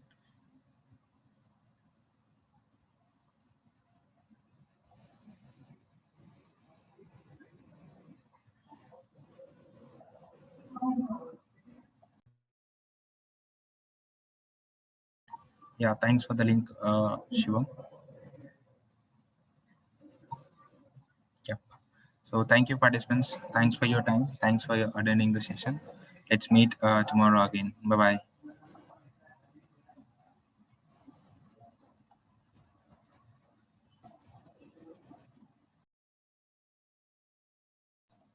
Session will be available on our YouTube channel, that is SmartBridge. The channel name is the SmartBridge. Thank you all. Have a great day.